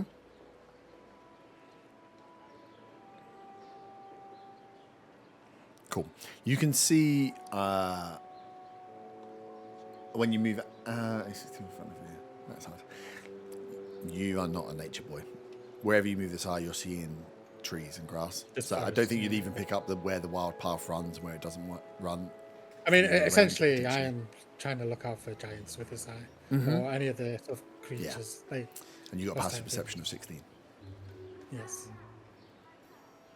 I'm going to see much in the forest. Passive perception of 16 to try and see giants in the forest. That's all good. Nice. You can move out in front of you as you carry on forward towards it. That would be the third hour where you're making the most noise. And then the pass without a trace spell, as you get close, will kick up. 15 minutes after that, you'll get told that you are 45 minutes away from the... It was the 45. I was going to use the arcane eye there, but then at the 45 minutes as we're heading in. But I want seeing the sign of possible giants. That's why I brought it. Okay, sweet. That's fine. So yeah, last hour, you are making your way in towards the ruin. When you just say 45 minutes, I'll move the eye like 100 feet in front of us. Okay. Yeah, still, you're going to just keep it 100 feet in front of you. Yeah. Cool. So yeah, you get to a slight thinning of the trees in a slightly raised... the ground slightly starts to raise up as the trees are starting to thin out. And as you're getting close, Kenny says, like, okay, we're getting close now. As you're down, well, I'll get you to do a stealth check, but that arcane eye is going to fly out first. The eye... It only lasts an hour, so take that as what you will. Oh, okay. No, yeah. Before you get there then. It's gone by now. Yeah. But yeah, it doesn't spot anything. You are following a wild path as you get there, and then you get close to coming in. Or give me another stealth check, please. With the plus 10 or without? Yeah, with the plus 10, because it was cast twice. As long as Faywin has used 2 slots. Yes. 23. That's a 15. 24. 36. 37. Whoosh. Ah, damn. Whoosh. Cool. I was so cocky then as well. So much stealthier than everyone else. Although I'm 37 on a fucking Pegasus. True. Do you have to roll Pause for Pegasus? Pulls its wings in. Probably should be, but... I didn't bother for John. I like to think it's like a peregrine falcon and that it's putting its wings in and just Yeah, flying at so it's max like- speed. It doesn't have to be at speed. It's just like you wouldn't be going that fast. That wouldn't work. Can't stealth check John's at copying. 60 foot. John's copying the Pegasus as he flies. Just wiggling in They're good subjects. So you come up to the edge of the of a clear, like a bit more of a clearing. There's still trees dotted around, but instead of being like every meter or so, they sparse out a lot more. And you can see as this hill kind of rises up, this mound slightly riding up, you can see where there are just grass and growth and bushes and brush and thistles, and then you can make out a mound. Like you can make out what would be the ruin. Can you all give me perception checks, please? Or those that would like to get. You can kind of fan out in front in this clearing area before you step out. 24. 30. 7. Nice. 22. Cool. 22, 24 is great. You spot two things separately. One, you Otter. What's the use of that? You can see, that this definitely looks fully overgrown. There's a bit of stone walling here and a bit of pathing. You can see that where this would have been a pathway up to something, that whatever was here was placed up high. And around you would have expected to see other ruins, but clearly they've gone from wherever time they want. The forest has taken those, but this place sits up high. So it's like there's a mound and there is a building on top. This is up here for a reason, or is raised above the ground, which is odd. There's not been there's been a bit of undulation, but you haven't really seen hills here before, which kind of piques your interest. You can see the base that is left round is stone. The building itself is about maybe 50, 60 foot across, and you can see that you can only really see the stone base at the bottom, but there was some wood that's been taken over there. And as you're kind of like pointing this out and seeing where it'd fallen, seeing where the entrance might be, you can see the front of it is just completely overgrown. Arta, as you're following Otter's eye and going through and looking at it, you clearly see a part that's fallen down to the right-hand side as you stare at it. Runs off to a peak, runs off and looks incredibly like a spire. And straight away, you almost see this just a slight coloration in that piece that's fallen, almost like there was some glass there or some tinting of a material or wood. And this, you straight away recognize this as some kind of. It feels like some kind of church. It feels like some kind of spire that has fallen off. This feels like on top of a hill, the building of this size with a spire. This feels like a religious building. To you, this feels like a special site, and kind of makes sense that if they're looking for sacred sites, this was probably some kind of chapel. If we've arrived at our place, I'm no longer concentrating, and the suggestion is over. Yes, which I was going to come to. Will Callum respond to that? Yes. So as you two are kind of pointing that and looking it out, you see to one side as the suggestion spell finishes. You've arrived. Callan turns to say, "This is the ruin," and as he does so, his eyes frown down. He's like, "Why did you do that? Why? There was no need. I was bringing you here anyway. What was?" Is he aware of the suggestion? Yeah. As soon as the spell's end, yes. You know you've been told, you've been suggested. Yeah. Right. He definitely knew he was not going to take us this way. Yeah. No, but I just wondered if he realised it, like you specifically caused it. Oh, he looks at you all. Something giants, I imagine. He looks at you all. As soon as Justin one of you cast suggestion on him, right? So as soon as that happens, also he would have heard Saga say to him, "Take us to the eastern route." Yeah. So yeah, he just steps back from you, steps back to the side, and you can see that he is teetering on the air of like, what the fuck is going on? I would Don't like try to and lie to us again. Lie to you? Why are you using magic to? I was bringing you here anyway. What's going on? Who are you? You know why you lied to us. What do you want about Zaga? Tell us about the giants. What do you want about Zaga? Because I don't think Zaga or Von relate to the rest of us. No. I said I telepathically Oh, did you? mentioned the Sorry. giants, yeah, Oh, okay then. I'll not say and that. trees, yeah. I'll even say, I saw you with the old lady telling us not to go this way. You see him look at you and say, "Who are you?"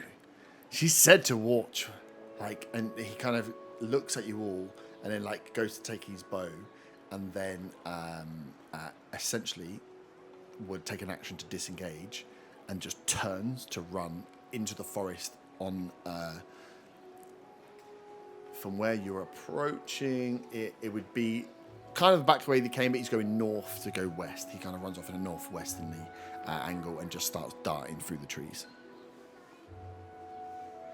I would burst him, but I can't be asked. Yeah, and then he flits off, and then you'll hear a few crushing of branches, and then you lose sight of him. I would like to use my trident to cast locate creature. Not on him. I want to look for save Andriel's. It's up to 1,000 feet. Yep. Don't get pinged for Andriel. Okay. Any other half orcs in the area? Oh, you're just changing the spell now after you've already cast it? No, it gives you the location of the closest.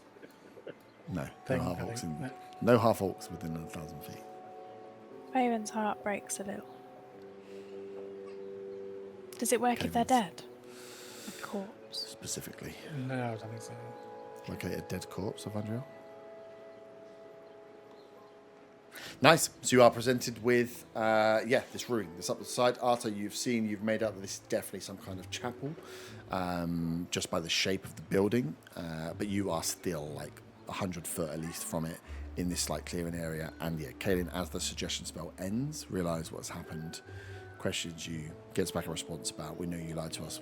I watched you go and talk to the old lady in Where of the Giants, and he disengages and darts back into the forest. Oh, Who gets eaten by an owl bear? That's probably us not welcome back there now. Well, I mean, they're going to be in for a show when the old temple disappears. I mean, we're just trying to help them. Why'd they lie to us? It seems to be only him and her. Oh, we can fight them. There's no need to fight anybody. We don't really need to go back there, do we? Something's going on here. I want to get to the bottom of it. But anyway, what are we doing here? Are we investigating? Are we going in? But hopefully FM26 is a hit and you're back on the ball.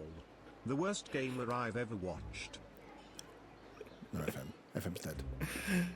What's FM? I'm not sure. I'm feeling pretty tired, but I suppose it's the middle of the day, and I should probably do a religion check on this what I believe to be a religious structure. Wait, when did Von Van have 20 wisdom? What the hell's this all about? His stats on the screen are not accurate, by the way. Yeah, I know. It's because Dan didn't do his his level up until right before last session, so out of protest I waited a whole other session to do your cards. / I forgot. Because he I mean, that's Dan every level up. Yeah. So it leaves me no time, so then I forget to do it, and then I just don't do it. That level up was like six sessions ago. Last episode. No, for the adding wisdom, it was like 6 sessions ago. 12 to 2. No. Again, you did that on the day. Yeah, that's true. I also did do that on the day. So. Yeah, sweet. Anyway, so you can are I do presented with religion check. Yeah. Well, so you're gonna have to move closer. From this far out, you're about 100 foot out. So, yeah, if you're entering to go up towards it, I just want to find out what you were doing. So you do a religion check, you're gonna need to get closer, try and look for something. Otherwise, you just be like, that building from afar looks like a chapel. Well, I'll let you know That in sounds advance very Arthur, actually. for when we get there. I think it's a chapel, but I'm not sure because I rolled a 6. I can send John to scout if you want. Can I also, I guess, try and help Arthur as well with my knowledge of the forest with its That's all I need to know. If you guys are walking up to see it. So as you stand now, you're about 100 foot. You've got to go up this like what would have been a pathway at some point to the top of the hill to get close to see anything about it. Or from where you are now, you're peering from the edge of the forest up a hill towards a fallen building, but with a 20 and 21, you can pick out. Arthur can pick out that is a spire that has fallen to the side, and that is what makes up part of this ruin. I can send John to look up ahead and scout if there's any movement or life. And then as we get closer, I could always see if I could determine if there's any traps. I say to the group. Sounds like a good idea. Sweet. Okay, well, I think that's a good point. We're a good place to pause, and we can do all that. Otherwise, we'll forget what we've done before. So, yeah, as you guys step out on your own in the middle of the border forest towards a chapel on top of the hill, we can have you stepping onto the ground at the start of next episode. So, yeah, we'll do that as the first thing next time, sending out John, and you can do your checks and traps and everything else from there. Please can you write that down so I don't forget? Pardon, what? Please can we write that down so I don't forget that that's what I've said. No, that's why I did it now, so you remember it for the next time. Otherwise, we'll start and be like, what happened? It's like, you found traps, maybe? I don't know. You write that down. I write everything else down. Caden hates you now. So, yes, something is happening, but you found where Bryn and Andrea went. I wonder what could be here. It's just an empty building. Probably. We'll find out next time. Ta-ta. Oh, no, it's so much fun. Ta-ta, farewell. Where's my buttons again? Nipples. Nipple.